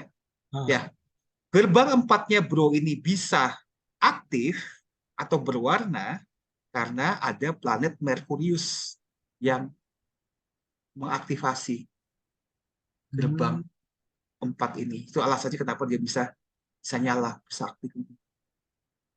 Iya. Kemudian gerbang 40. Kenapa gerbang ini 40 bisa aktif? Nah, lihat karena hitam ya, lihatnya sebelah kanan. Nah, ini ya. Ini ada Mars di sini. Ada pengaruh planet Mars sehingga gerbang 40-nya aktif. Jadi pada saat dirimu lahir, planet Mars ini mengimprint, memberikan energi, memberikan pengaruh di DNA-mu yang di nomor 40. Hmm, iya, Ya, iya. dapat ya idenya ini dulu ya. Nah, sekarang adalah penjelasannya. Kalau Bro Kevin eh, menjumpai ada gerbang yang hitam, itu adalah merupakan perilaku kita atau bakat, talenta atau kemampuan kita yang kita sudah sadari atau conscious. Yang hitam. Yang hitam. Jadi Hmm, conscious terus kita sadar ya. Kita sudah iya. tahu kita punya perilaku itu, kita tahu kita punya kemampuan dan talenta tersebut, dan biasanya kita sudah lakukan itu dalam kehidupan kita sehari-hari. Iya. Ya, nangkap ya idenya. Nah, Hmm. sedangkan area yang merah, pipa yang merah itu juga sebenarnya gini, pipa yang merah itu adalah kemampuan, talenta, bakat, bahkan perilaku, kelakuan kita yang selama ini sudah ada di dalam diri kita, tapi kita tidak tahu, kita tidak sadar, atau tepatnya belum sadar dan belum tahu. Itu yang disebut dengan area unconscious mind-nya kita. Kalau kanan yang hitam conscious ya, conscious mind, kita sadar, jadi personality kita, kepribadian kita.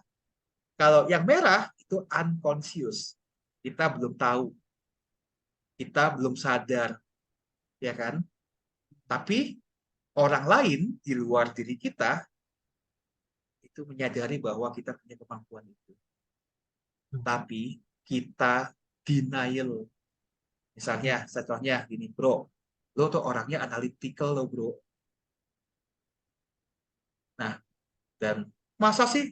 Enggak, saya bukan orang kayak gitu. Misalnya dia bilang, bro, lo tuh orangnya suka storytelling ya, bro, ya, suka bercerita. Mungkin copywriting tuh bagus ya, bro, ya, gitu.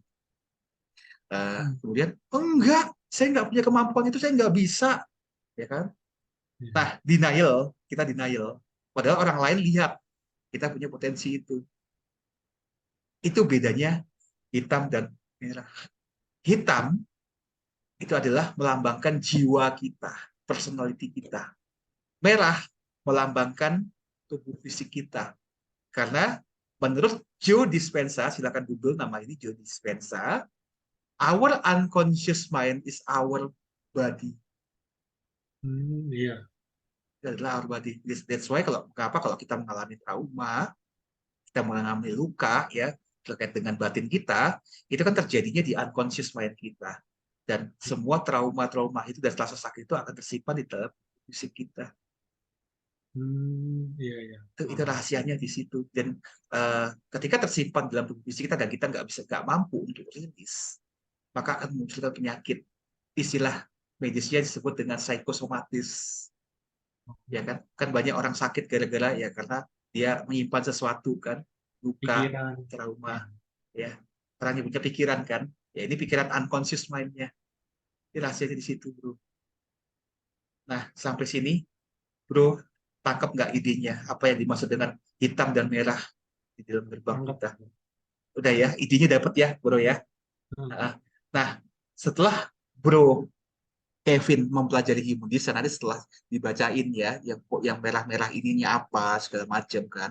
Pada akhirnya kan merah kan ada ceritanya kan kita nggak tahu, kita belum sadar, ya kan. Tapi itu semua ada dalam diri kita. Nah nanti setelah Bro Kevin mempelajari human design, pada akhirnya ketika tahu, oh saya punya gerbang ini, saya punya kemampuan ini, saya punya bakat ini, yang tadinya merah ini sebenarnya sudah nggak merah lagi, sudah jadi hitam tuh karena dirimu Hmm, sudah tahu kan tadinya nggak tahu nggak ngerti ini apa sih iya. ini hanya tahu akhirnya sadar nanti area yang merah ini bukan lagi merah lagi tapi udah sama semuanya hitam karena kita udah tahu dan kita udah sadar nah itu intinya. Sebentar, Pak. Saya mau nanya. Kan Yes. ini ada yang dari cakra kita yang ketiga ke arah solar plexus ini ada yang dua warna, merah dengan hitam. Itu Ya, kenapa bisa begitu? ini tadi 12-nya ini diaktifkan oleh apa nih? Bulan. Hitamnya di Heeh. dua-dua kan? Diaktifkan Iya. oleh nah dua-dua nih, dua-dua. Oh, berarti artinya ada yang saya sudah sadari, ada yang belum. Ya. Pokoknya dia gini gini, Ini, Bro. Poinnya adalah sebentar lagi dirimu akan tahu semua ini. Hmm. Artinya semua semua yang merah ini udah nggak ada masalah lagi, Bro. Oh, iya, iya. Ya kan? Dan sebentar lagi kan saya bacain semua nih kan apa. Hmm. Pada akhirnya nggak masalah lagi mau merah mau hitam nggak peduli lagi, Bro, habis ini. Oke, oke, oke. Jadi Ya, sama paham. semuanya, ini sama, ya kan? Cuma ini Hmm. nanti merah ini akan kita pakai kalau misalnya nanti Bro Kevin mungkin mempelajari lebih dalam lagi mendesain, membahas soal trauma, bagaimana kita bisa menyembuhkan diri dan yang lain sebagainya. Nanti itu di level yang lebih dalam lagi. Tapi Oh, untuk sekarang ini ya untuk hanya tahu kita punya kemampuan apa, kita punya feature apa, sudah nggak ada masalah lagi, Bro. oke, oke. Intinya gitu. Nangkap ya, Bro ya, intinya ya. Lengkap, lengkap. Lengkap. Ah, kemudian nah terkait tadi yang Bro bilang ini kan ada 12 dua. Kalau Bro Kevin menemukan ada dua gerbang yang saling berpasangan, contohnya nanti ya 12 dua ini ya, saling Hmm. berpasangan, kemudian nyambung, kan nyambung nih. Jadi kalau Iya, nyambung. Bro pasti lihat bedanya 12 Iya, dua dengan 36 kan beda kan? 36 kan beda. hanya hanya gantung Sendiri. kan? 35-nya kan nggak nyambung kan? Kalau Iya. hanya 36 seperti ini, satu gerbang ini aja, apa satu ini doang nggak nyambung, namanya gerbang. Kalau Hmm. nyambung, namanya disebut dengan channel atau jalur potensi. Nah, jadi Hmm. bedanya apa? Kalau kita menemukan dua gerbang yang nyambung, terkoneksi satu sama lain, kita menyebutnya dengan istilah bakat utama kita, kemampuan utama kita. Ya, Hmm. jadi langsung tahu nih, oh, saya mau tahu bakat utama saya apa. Tinggal lihat, oh, yang nyambung 12 22. Terus mana lagi? Oh, saya punya ini 57 34. Ya, benar ya?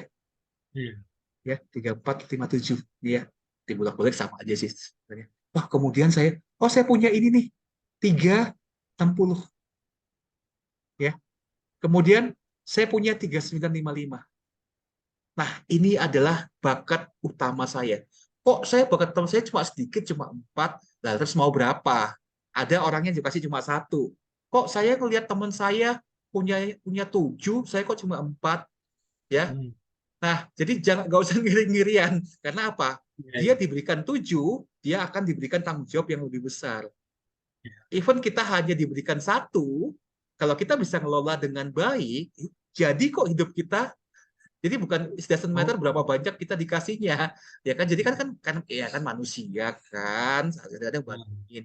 Kok itu teman saya banyak loh, ada 12, ya kan? Ya semakin banyak yang harus dipertanggungjawabkan sama dia. Mengelola 12 itu lebih berat loh daripada mengelola cuma 4 loh, Iya. ya kan? Jadi ya Hmm. udah Tuhan udah kita kasih 4, ya udah kita ini apa kita kembangkan aja yang 4 ini. 4 ini sudah bisa menjadikan hidup kita bahagia kok daripada kita ngejar yang lain, Oh, iya. ya kan? Itu poinnya kira-kira kayak gitu, Bro. Ya kan? Nah, kita kembali ya. Jadi sekali lagi yang nyambung itu bakat utama. Kalau hanya gerbang aja itu adalah bakat petunjang. Nah, Hmm. sekarang kita mau tahu dulu ya. Saya baca satu-satu ya yang bakat utamanya ya. Pertama, Iya. kita ngelihat ada eh, yang kita sebut dengan channel ya, saya sebutnya channel aja ya, channel dalam potensi sama ya, channel 12 22 ya. Jadi channel 12 22 ini artinya adalah Bro Kevin punya kemampuan untuk mengkomunikasikan emosi dan perasaan yang Bro Kevin miliki secara terbuka kepada orang lain. Itu poinnya, itu bakat, itu cuma bakat. Karena nggak semua orang mampu mengungkapkan emosinya dan perasaannya dengan baik. Banyak orang yang menyembunyikan, tapi Bro Kevin bisa di sana. untuk mengkomunikasikan. Jadi ketika Bro Kevin memiliki emosi yang baik, Bro Kevin akan menjadi seorang komunikator ulung. Bisa dengan mudah bergaul, mendapatkan banyak teman, mampu mempengaruhi emosinya orang lain dari apa yang Bro Kevin sampaikan atau ekspresikan ke dunia ini. Bisa juga Bro Kevin memiliki kemampuan seni, entah itu menulis puisi, musik, menggambar. Ada nggak, Bro? Musik paling. Yes, itu yang dimaksud dengan 1222. Jadi melalui musik, Bro Kevin menyampaikan apa yang ada dalam isi hati. Maybe one day dirimu menulis musikmu sendiri, ya, compose your own music maybe. Atau mungkin sudah. Belum sih, cuman kayak baru nulis-nulis lirik gitu-gitu doang. Very good, very good. Bisa musik, bisa puisi, whatever that you like. Itu kemampuan, itu bakat alami, bro. Bakat alami yang sudah terlihat di sini. Ya, oke, kita udah buka satu ya, bakat utama ya. Seru ya. Nah, kemudian setelah 1222 kita mau kemana nih? Dia 3457 dulu ya, bro ya.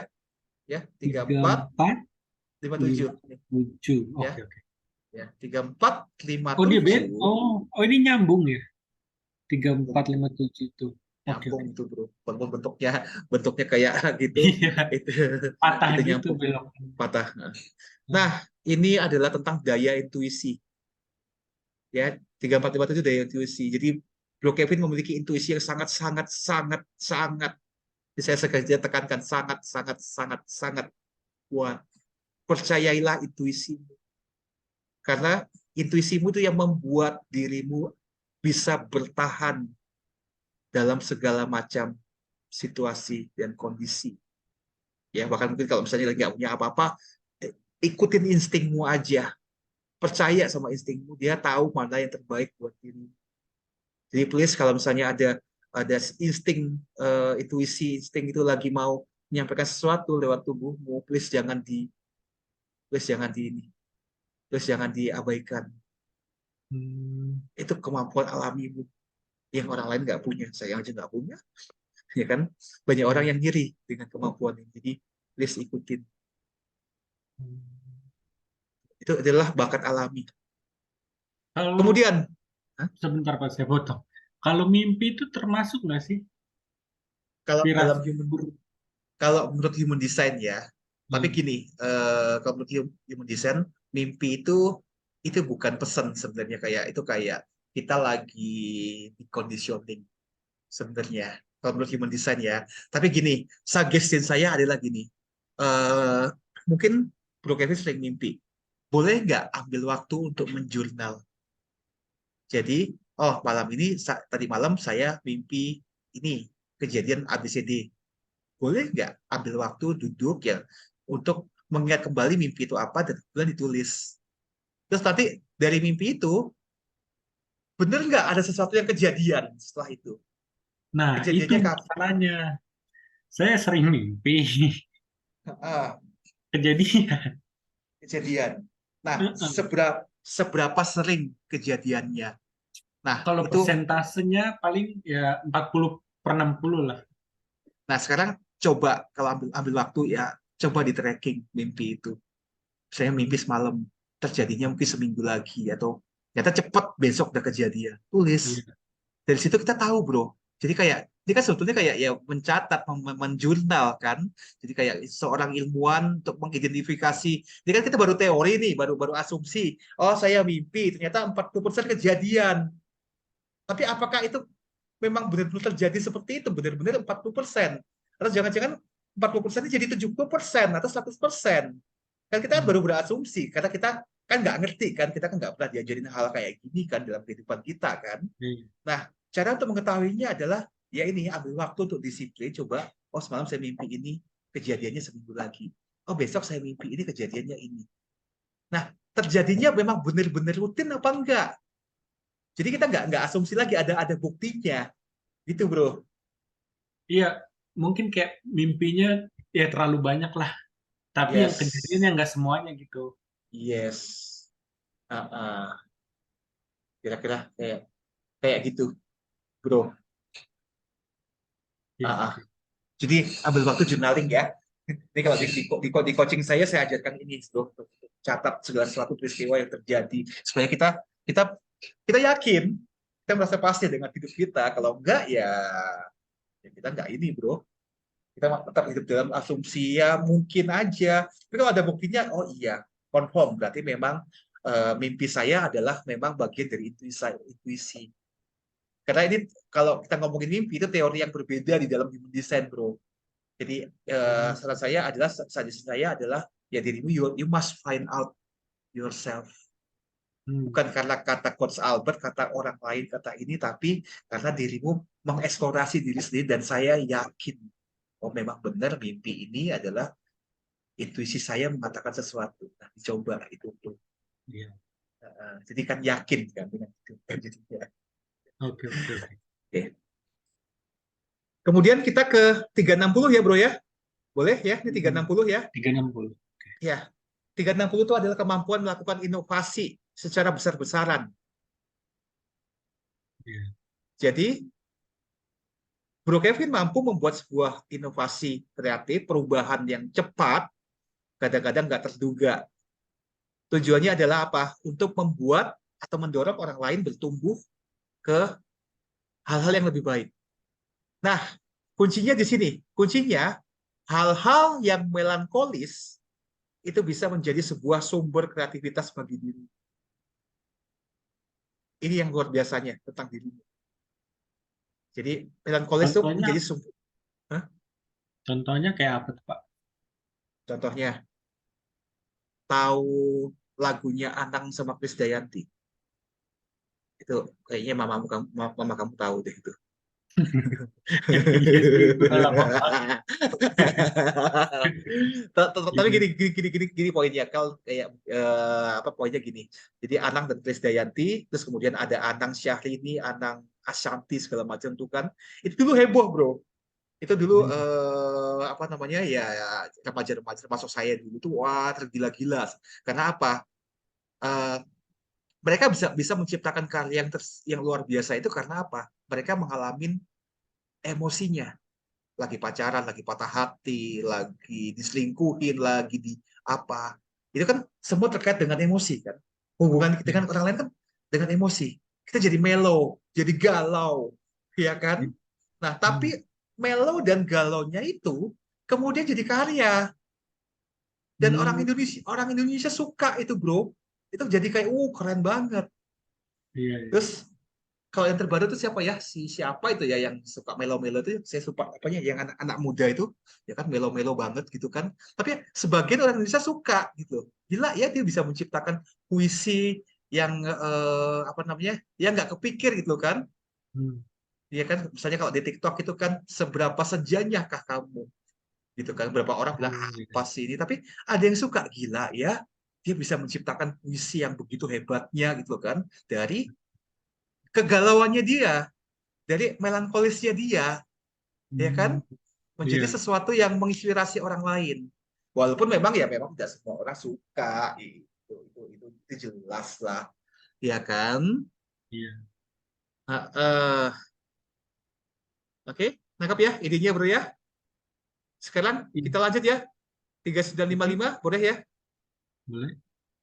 3955 ini juga merupakan sebuah jalur melankolis bro terkait dengan emosi. Jadi saya memang bisa menyimpulkan dirimu adalah orang yang cukup emosional dan melankolis.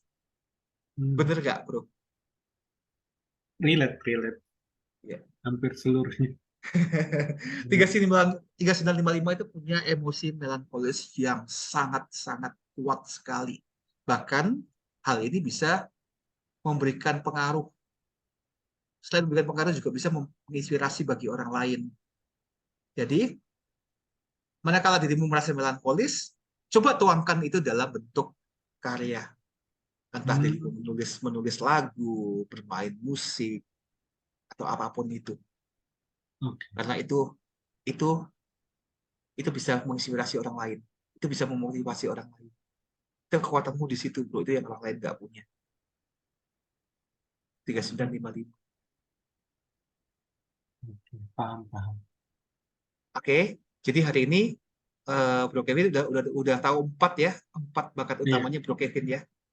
iya. Nah, sekarang tinggal kita lihat nih masing-masing gerbang, karena masing-masing gerbang ini akan menjadi bakat penunjang yang menopang dari masing-masing bakat alami atau bakat utama yang Bro Kevin sudah miliki. Kita mulai dari yang bagian atas boleh ya, Boleh? gerbang nomor 4. Itu adalah gerbang analisa dan investigasi. Jadi, Bro Kevin mempunyai kemampuan alami untuk menganalisa atau menemukan jawaban atas pertanyaan-pertanyaan yang ada di dunia ini. Ini kemampuan untuk analisa dan investigasi gerbang 4. Hmm. Oke. Kemudian gerbang 56 itu adalah gerbang storytelling, Hmm. kemampuan alami untuk bercerita, ya, membuat sebuah cerita atau mendongeng ya, apa itu namanya, berdasarkan pengalaman atau imajinasi yang Bro Kevin miliki. Jadi bisa bercerita berdasarkan pengalaman sendiri atau ya mengarang sebuah cerita dari imajinasi. Itu 56.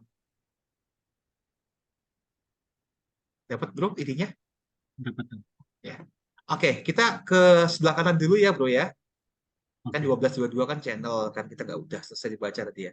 Gerbang 36. Gerbang 36 tadi saya udah sampaikan bahwa 36 itu adalah orang-orang yang hidupnya biasanya nggak mudah, punya banyak pengalaman-pengalaman emosional yang menyakitkan, bahkan luka-luka yang menyakitkan. Nah, tapi ya pokoknya intinya nggak mudah lah. Banyak pengalaman emosional yang tidak tidak yang menyakitkan tuh, untuk pasti. Ya kan? Tapi kita lihat dari sisi positifnya. Ternyata pengalaman-pengalaman emosional itu ya, itu nanti Bro Kevin bisa gunakan dan bisa bagikan kepada orang lain yang mungkin pernah mengalami seperti yang Bro Kevin rasakan. Sehingga apa? Bisa menginspirasi, bisa motivasi, bahkan bisa menguatkan orang lain dari pengalaman yang Bro Kevin. Hmm. 36. Paham, paham. Kemudian kita ke 30 ya, biar sama-sama Islam Princess ya, 30 yang Iya. uh, paling bawah ya. 30 itu adalah hasrat yang kuat untuk bisa mendapatkan pengalaman baru dalam waktu yang panjang. Jadi punya keinginan untuk eksplorasi, ya kan, untuk mencari pengalaman-pengalaman baru. Mungkin ya bisa jadi melalui traveling seperti itu, ya kan, atau ya mungkin kumpul dengan orang lain ya. Hmm. Jadi untuk bisa dapat sesuatu pengalaman-pengalaman yang baru. Tapi itu jangka waktu yang lumayan cukup panjang, itu gerbang 30. Hmm. Oke, udah ya, Oke. bro. Kita naik dikit ya. Kita ke ego ya. 40. Iya. Ya, ada 40 ya. Gerbang 40 itu adalah gerbang penyendiri. Ya, kadang-kadang mungkin Bro Kevin seringkali kalau di tengah keramaian suka kayak kesepian, kayak merasa sendiri, kayak merasa saya nggak fit dengan ini, apa maksudnya nggak cocok dengan grup ini. Ya, saya enjoy tengah teman-teman, tapi kayak saya bukan berasal dari situ, Hmm. seolah-olah merasa kesepian, ya. Tapi Iya. sebenarnya itu adalah keinginan untuk menyendiri, karena dirimu berbeda dengan mereka, makanya nggak bisa cocok, nggak bisa bukan apa ya, nggak bisa apa ya dalam bahasa Inggris, we cannot fit with them gitu loh, maksudnya kita nggak nggak Iya. nggak nggak bisa cocok dengan ini. Saya punya punya identitas sendiri, misalnya contohnya saya punya identitas sendiri, saya punya keinginan sendiri, kemudian saya sadar bahwa saya ini unik, that's why I'm not fit with them gitu kan. Dan oleh karena eh, terbiasa untuk menjadi diri sendiri, terbiasa menjadi unik, maka dirimu akan bisa menghasilkan karya-karya yang mungkin bisa menginspirasi orang lain. Kira-kira gitu, bro. 40. Oke, Oke. paham, paham. Kita geser ya ke 15 ya. Ini ya, Oh ya. kita geser ke gerbang 15. Gerbang 15 itu adalah kemampuan alami untuk beradaptasi dan mengikuti irama, ya. Jadi irama kelompok, irama manusia yang lain. Jadi dirimu tipikal orang yang gampang beradaptasi. Jadi kalau ketemu berbagai jenis manusia atau pekerjaan yang berbeda, itu nggak masalah buat dirimu. Mudah beradaptasi dan mengikuti irama mereka. Itu 15. Oke. Oke. Kita turun ke bawah ya, ke sakral ya. Ya. Sakral kita ketemu ada gerbang 29, itu gerbang komitmen ya, kemampuan alami untuk tetap bisa berkomitmen tekun dalam sebuah pekerjaan tertentu atau sebuah proses tertentu dalam jangka waktu yang panjang. Apapun yang terjadi, jadi tetap bisa komitmen di sana. Suka, duka, panas, hujan, tetap bisa di sana. Cuma gerbang 29 ini sedikit hati-hati, sedikit tricky. Kadang-kadang sulit untuk mengatakan tidak pada orang lain. Betul. Ya, itu 29. Nggak enak, sungkan. Iya. Gak Mesti enak kan. hati-hati di sana. Hati-hati di sana. Karena kalau apa salah pilih, ini dirimu akan jadi komitmen jangka panjang loh. Nggak bisa Hmm. dengan mudah tiba-tiba kita keluar kan. Dan kalau misalnya sudah seperti itu nggak nyaman, kita merasa terjebak di sana. Tapi nggak mau keluar nggak bisa. Hmm. Oke, berikutnya kita ke gerbang 59 ya bro ya. Oke, oke. Gerbang 59 itu adalah kemampuan alami untuk bisa membangun kedekatan dan keintiman dengan orang lain. Hmm. Itu 59. Gerbang 9 itu adalah gerbang fokus dan konsentrasi. Jadi kemampuan untuk fokus dan konsentrasi selama dirimu bisa duduk diam. Jadi kuncinya adalah duduk diam. Hmm. Kalau nggak duduk diam nggak bisa konsentrasi. Oh. Ya, 9 ya. Hmm. Gerbang 4, kemudian gerbang 42 itu adalah kemampuan untuk menyelesaikan sebuah proyek atau sebuah pekerjaan, entah yang pokoknya intinya pekerjaan yang telah dimulai oleh orang lain. Jadi dirimu ketiban untuk menyelesaikan. Ya orang lain Hmm. sudah mulai, dirimu yang menyelesaikan. Tempat dua. Oke, clear ya bro. Kemudian gerbang 27 adalah gerbang yang punya kemampuan alami untuk bisa menjaga, mengayomi orang lain, nurturing. Suka masak, bro? Hmm, kurang. Tapi pengen belajar gitu. Itu gerbang alami sebenarnya bisa masak nih 27. Mungkin belum belum belum terbiasa aja. Jadi Iya, ini adalah belum. mengayomi, mengayomi dan menjaga orang lain. Itu 27. Oke, kita ke Oke. kiri ya, bro. Kita ke kiri Oke. dulu ya. Kita ketemu ada gerbang 32 dulu nih, ya. Hmm. Gerbang 32 adalah gerbang disiplin dan kehati-hatian. Bro adalah termasuk orang yang bisa disiplin dan cukup berhati-hati dalam bertindak. 32. Hmm. Oke. Kemudian kita ke 44 ya. Yep. Gerbang 44 itu adalah gerbang yang memiliki kemampuan alami untuk bisa mengenali bakat dan kemampuan orang lain di dalam organisasi. 44. Di HRT Hmm. itu. Gerbang HRT. Oh. Hmm. Terakhir, di bagian bawah ya, kita ke gerbang 19 ya bro ya. 19. Oke. Gerbang 19 itu adalah sama dengan mirip kayak 27, punya kemampuan alami untuk mengasuh dan menjaga, mampu mengenali kebutuhan orang lain. Jadi peka, cukup peka dengan kebutuhannya orang lain. Jadi ya kayak mampu memberikan servis kepada orang lain, ya kan? Dan ini juga termasuk bisa membantu menyelesaikan konflik, masalah atau dinamika di dalam sebuah kelompok, di keluarga, masyarakat, ya kayak semacam juru damai sana. Tapi itu kenapa warnanya dua ya, Pak? Karena diaktifkan oleh dua planet. Coba lihat 19. Oh, Satu yang oh ini iya, iya. diketikkan oleh Uranus nih, ya, Uranus. Yang kiri juga sama, Uranus juga. Nah, nanti ini nggak dibahas sekarang di sini, Bro. Ini Oh, level advance-nya. Jadi yang advance-nya, iya. Bro terima sekarang ini pengetahuan yang hari ini sebetulnya masih di level atasnya dulu. Kulit-kulitnya lah ya. Ya nggak kulihat juga sih bro dengan sekian banyak. Iya ini, sih.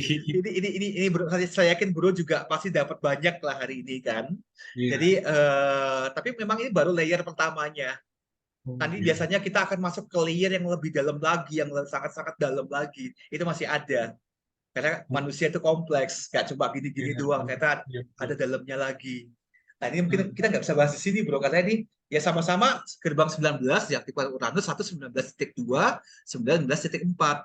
Ada sedikit perilaku yang berbeda di sananya. Tapi gambaran besarnya udah tahu dulu kan, tadi Iya, kan betul. menjaga ketertiban kayak gitu kan, caring dengan others, jadi juru damai. Nah, tadi ada apanya lagi nih di turunannya dari 19 ini. Nah itu yang dibahas. Oh, Apalagi kalau kalau kita memang mau jadi konselor, mau jadi coach, bisa jadi ahli dalam human design, bisa bisa ngerti traumanya orang, ya kita bahas sampai di level kedalaman ini. hmm. Nah, Iya, iya, paham, Pak. kira-kira begitu, bro. Nah, jadi ada yang mau ditanyakan sampai Udah, di sini? belum. Clear ya? Udah. Iya, Clear paham, ya? paham. Yep, Nah, paham ya? Nah, iya. kemudian saya akan tambahkan sedikit di sini ya. Sebetulnya Bro juga sudah bisa baca di laporan lengkap itu sudah ada semua. Nah, Bro adalah tipe manifesting generator. Jadi karena sakralnya aktif. Jadi eh, Bro punya kemampuan untuk melakukan beberapa pekerjaan atau tugas ya dalam satu waktu yang sama. Kemampuan multitaskingnya cepat. Terus kemudian eh, Bro Kevin akan mencoba mencari cara tercepat dan terefisien untuk menyelesaikan sebuah pekerjaan atau project. Ya, jadi lambangnya MG itu adalah cari cara yang cepat, cari cara yang efisien. Karena kan harus Hmm, iya, iya. menyelesaikan banyak hal sekaligus kan, waktunya terbatas. Makanya cari cara yang shortcut-nya gitu. Iya, Kemudian paham. berikutnya yang paling penting lagi adalah cara mengambil keputusan. Lihat, Bro Kevin punya solar plexus yang aktif di sini. Jadi please, kalau dalam kondisi emosi yang tidak stabil, lagi marah, lagi sedih, lagi gembira, ya kan, sebaiknya tidak mengambil keputusan pada saat itu. Karena keputusanmu Hmm, itu akan dengan mudah dipengaruhi oleh emosi. Lebih baik iya, iya. tunggu sehari bawa tidur. Misalnya, hari ini harus mengambil keputusan karena lagi kondisi emosi lagi nggak beres nih. Lebih baik jangan Hmm, putuskan sekarang. Besok aja atau 2 hari lagi. Karena pada saat itu dirimu akan tahu, dapatkan kejelasan. Oke, jangan buru-buru aja ambil keputusan. Ingat itu aja. Kalau lagi emosi jangan ambil keputusan. Udah diem aja gitu kan, bawa tidur, lihat besok. Jadi kalau misalnya tanya gimana keputusanmu, nanti ya tunggu 2 hari lagi. Nggak apa-apa, sampaikan aja, butuh waktu untuk berpikir. iya, Tunggu sampai dirimu dapat clarity. iya, paham, paham. Kemudian dirimu punya sakral yang aktif. Sakral itu adalah posisinya di bawah perut kita antara pusar dan alat kelamin. Sakral ini bisa merespon dengan kita latihan aktivasi sakral sebenarnya. Jadi sakral ini adalah sebenarnya otak kedua manusia, Hmm, dan dia bisa merespon kalau kita latih setiap hari dengan mengajukan pertanyaan ya dan tidak. Itu poinnya gitu. Jadi hmm, cara kita mengambil keputusan itu bukan lewat pikiran kita. Kenapa? Karena pikiran kita fungsinya hanya untuk sebagai alat untuk menganalisa dan berpikir. Jangan pernah menggunakan pikiran kita untuk mengambil keputusan. Kenapa? Karena pikiran kita kadang-kadang suka loncat-loncat, monkey mind-nya banyak. Kemudian pikiran Iya. kita kadang-kadang itu dia menyabotase diri kita, ya kan? Hmm. Ntar takutnya dia marah. Ntar kalau saya gini takutnya dia gitu, ya, nyabotase kan. Terus kadang mikir kita ini kan bukan siapa-siapa, kita bukan anaknya orang kaya, apa kita emang bisa kita ke sana, ya kan? Nah, Iya. itu pikiran kita sendiri aja menyabotase diri kita, meragukan diri kita sendiri. Makanya that's why pikiran nggak boleh digunakan untuk arah pusat. Kita punya sakral, ya, bro punya solar plexus, ya, pusat emosi yang akan memberikan clarity ketika emosi reda. Bro punya sakral dan bro juga punya insting. Tiga ini super powermu, bro, dalam hal mengambil keputusan-keputusan penting. So, please dengarkan tubuhmu. Iya. Itu kuncinya. Yang strategi diri. Terus kemudian aliran energi utuh, maksudnya dari atas ke bawah, sampai kanan Hmm. kiri, pusat energimu nyambung semua. Nggak ada yang keputus. Ini nyambung semua. Ya, dari Oh. tenggorokan ke solar plexus, kemudian nyambung ke kuda-kuda, nyambung sakral, terus nyambung lagi ke spleen, nyambung jadi satu. Artinya, dirimu dengan mudah gampang mengambil keputusan sebenarnya. Cukup mandiri, Hmm. ya, mampu beroperasi secara mandiri tanpa membutuhkan orang lain atau partner untuk membantumu dalam kehidupan sehari-hari. Dirimu bisa kerjain sendiri, kira-kira gitu. Kemudian ada profil 62, ya. Profil 62 itu akan mengalami 3 macam periode. Di bawah umur 30, dirimu akan lebih banyak coba-coba. Segala hal dicoba untuk gain experience. Hmm. Nanti pada saat umurmu 30 sampai 50, dirimu akan lebih banyak menarik diri dari keramaian. Untuk apa? Merenungkan apa yang dirimu telah capai selama 30 tahun pertama dan menarik sebuah kesimpulan dan sebuah kebijaksanaan di sana. Nanti setelah usiamu 50, baru dirimu akan menjadi role model di mana orang akan datang kepadamu. Hmm. Begitu. Misi hidup, bro bisa baca sendiri, ya. Ini adalah alasan kenapa dirimu lahir ke dunia ini. Oh, Ya, yang misi hidup. Ya. yes. Ini alasan utama. Banyak orang mencari-cari misi hidupnya apa, tujuan hidupnya apa. Ya kan, karena setiap orang pasti diberikan misi, nggak mungkin nggak. Nah, ini definisi lengkapnya, bro bisa lihat di laporan lengkap, ya. Bisa lengkap banget. Ini kan bahasa singkatnya. Nah, kemudian signature diri adalah sebagai seorang manifesting generator atau multitasker, signature hidupmu adalah sebuah kepuasan. Jadi mendapatkan kepuasan dengan melakukan apa yang disukai dan menyukai apa yang dilakukan. Bukan sukses ya bro. Dirimu tidak diciptakan untuk mengejar kesuksesan, tapi kepuasan. Pernah Hmm. nggak dirimu merasa kayak puas ketika mengerjakan sesuatu, walaupun mungkin nggak ada duitnya, atau ada duitnya tapi sedikit, tapi lu happy, senang. Pernah nggak Hmm. itu ngalamin gitu? Ya itu bro. Itu kepuasan yang paling penting dalam hidup. Bukan kejar jadi kaya, jadi sukses, enggak, puas. Ya, walaupun mungkin bayarnya sedikit, oke, saya happy. Itu yang kita cari dalam hidup, bro. Kemudian ada bukan diri kita. Nah, ini kalau dirimu merasa frustasi, depresi, ya, itu tanda artinya ada sesuatu yang nggak beres dalam hidupmu. Entah dirimu abaikan terlalu terburu-buru mengambil keputusan ya karena emosional, ya tidak mendengarkan sakralmu, tidak mendengarkan instingmu. Jadi ini sebuah pengingat kalau mengalami frustasi atau depresi artinya dirimu diajak kembali, yuk kembali dengerin tubuh. Hmm. Begitu. Berarti ada yang something wrong lah. Yes.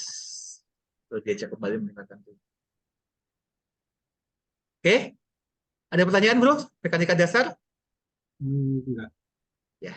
Kemudian di bagian mekanika kompleks ya, ini ada beberapa hal yang penting. Pencernaan, lingkungan, dan kognisi. Ini agak loncat sih. Pencernaan, lingkungan, kognisi. Itu terkait dengan tubuh fisik kita. Nah, pencernaanmu metabolisme akan lebih maksimal jika dirimu makan dalam suasana yang ramai, penuh suara. Itu enggak, bro? Iya, bener-bener. Kalau makan sendirian nggak enak, apa kayak nggak selera. Iya, bener. Nah ini Jadi detailnya bosan. bro bisa ya. Jadi ya udah lakukan ini aja bro. Memang pencernaan desain seperti itu. Ini detailnya bro lihat di laporan lengkap ya sudah ada ya. Iya. Saya hanya baca sedikit ya. Kemudian terkait dengan lingkungan ini adalah eh, apa namanya adalah lingkungan yang sesuai dengan tubuh fisikmu yang membuat dirimu akan jauh lebih produktif. Pantai di sini bukan pantai sebenarnya, tapi tempat ketemunya dua alam. Jadi kayak misalnya laut, ya laut dengan daratan, kayu, kayu, pohon ya, pohon dengan darat. Jadi itu kan dua alam. Hmm. Jadi temukan Kayak pepohonan, apa, daratan biasa ya, gitu. ya ini detailnya bro bisa baca di laporan lengkap ya. Jadi ada lingkungan-lingkungan tertentu yang membuat kita lebih produktif, ya Hmm. apa lebih kalau berpikir lebih moncer ya, lebih Hmm. apa lebih jelas. Ikutin itu bro. Tubuhmu tahu yang baik. Nah, loncat dikit ya di kognisi ya. Iya, Ada berkaitan dengan tubuh. Bro, penciumanmu tajam ya? banget.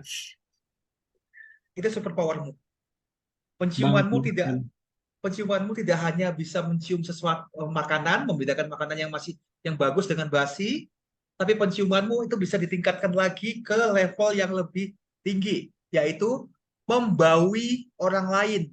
Jadi bau-baunya orangnya nggak benar ngomong, dirimu bisa kembangkan sampai ke sana.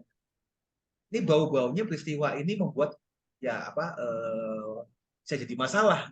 Bau-bau. Hmm.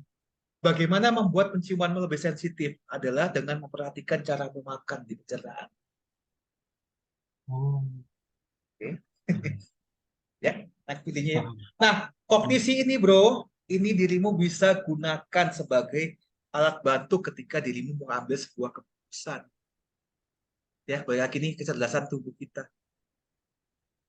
Hmm. Tangkap ya, betul ya. Nah, tadi kan tubuh fisik. Nah, ini ada tindakan pikiran, motivasi, dan perspektif terkait dengan cara kita berpikir. Bagaimana pikiran kita bekerja. Ya, jadi secara tindakan pikiran, dirimu selalu menyadari bahwa dalam hidup ini selalu ada kondisi baru yang tidak terduga. Ya kan? Jadi pikiranmu selalu dalam step itu sadar bahwa hidup itu tidak bisa diprediksi. Hidup itu sesuatu yang tidak pasti dan dirimu menyadari sepatutnya itu. Hmm. Ya. Motivasi ini adalah bagaimana cara pikiranmu untuk bertindak dalam menyelesaikan masalah. Maka pikiranmu akan menyuruh dirimu untuk bertindak seperlunya agar kebutuhan terpenuhi. Ini detailnya belum bisa baca ya. Hmm.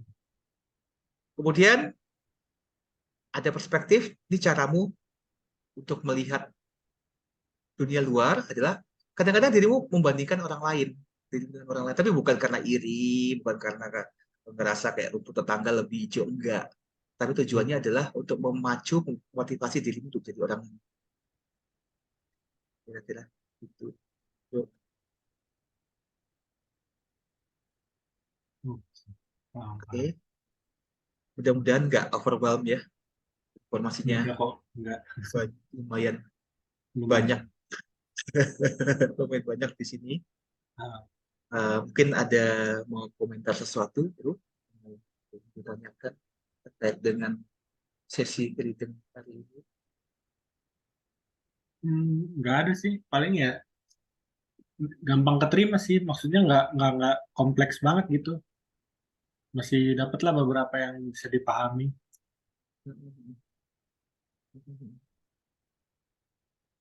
Kira-kira gitu.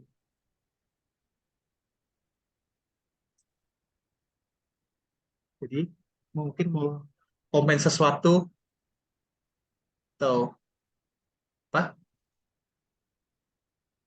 dari Sorry, sesi hari suaranya ini. putus-putus.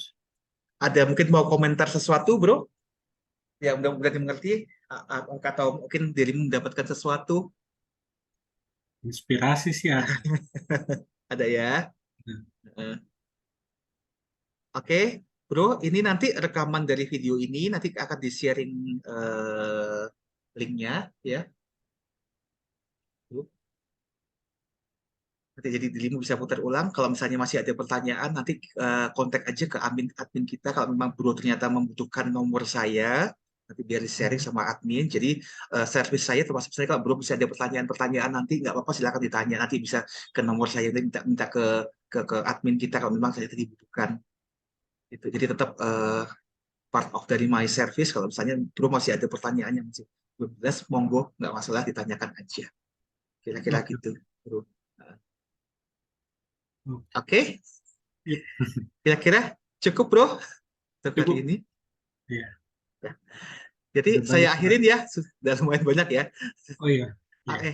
Ya, terima kasih banyak bro untuk Iya. sesi Terima kasih pada juga malam Paul. hari ini. Ya. Nanti kalau misalnya ada apa, ada yang mau ditanyakan tetap nanti bisa ke admin tanyakan nomor saya. Sama nanti rekaman dari acara sesi hari ini nanti akan dikirimkan juga sama admin kita. Nah, Oke, dalam oke. 1 jam ke depan. Oke, oke. Oke, thank you so much Bro Kevin. Yuk, Selamat makasih malam, Paul. selamat Yuk, selamat beristirahat. malam. Oke, Yuk, bye-bye. bye.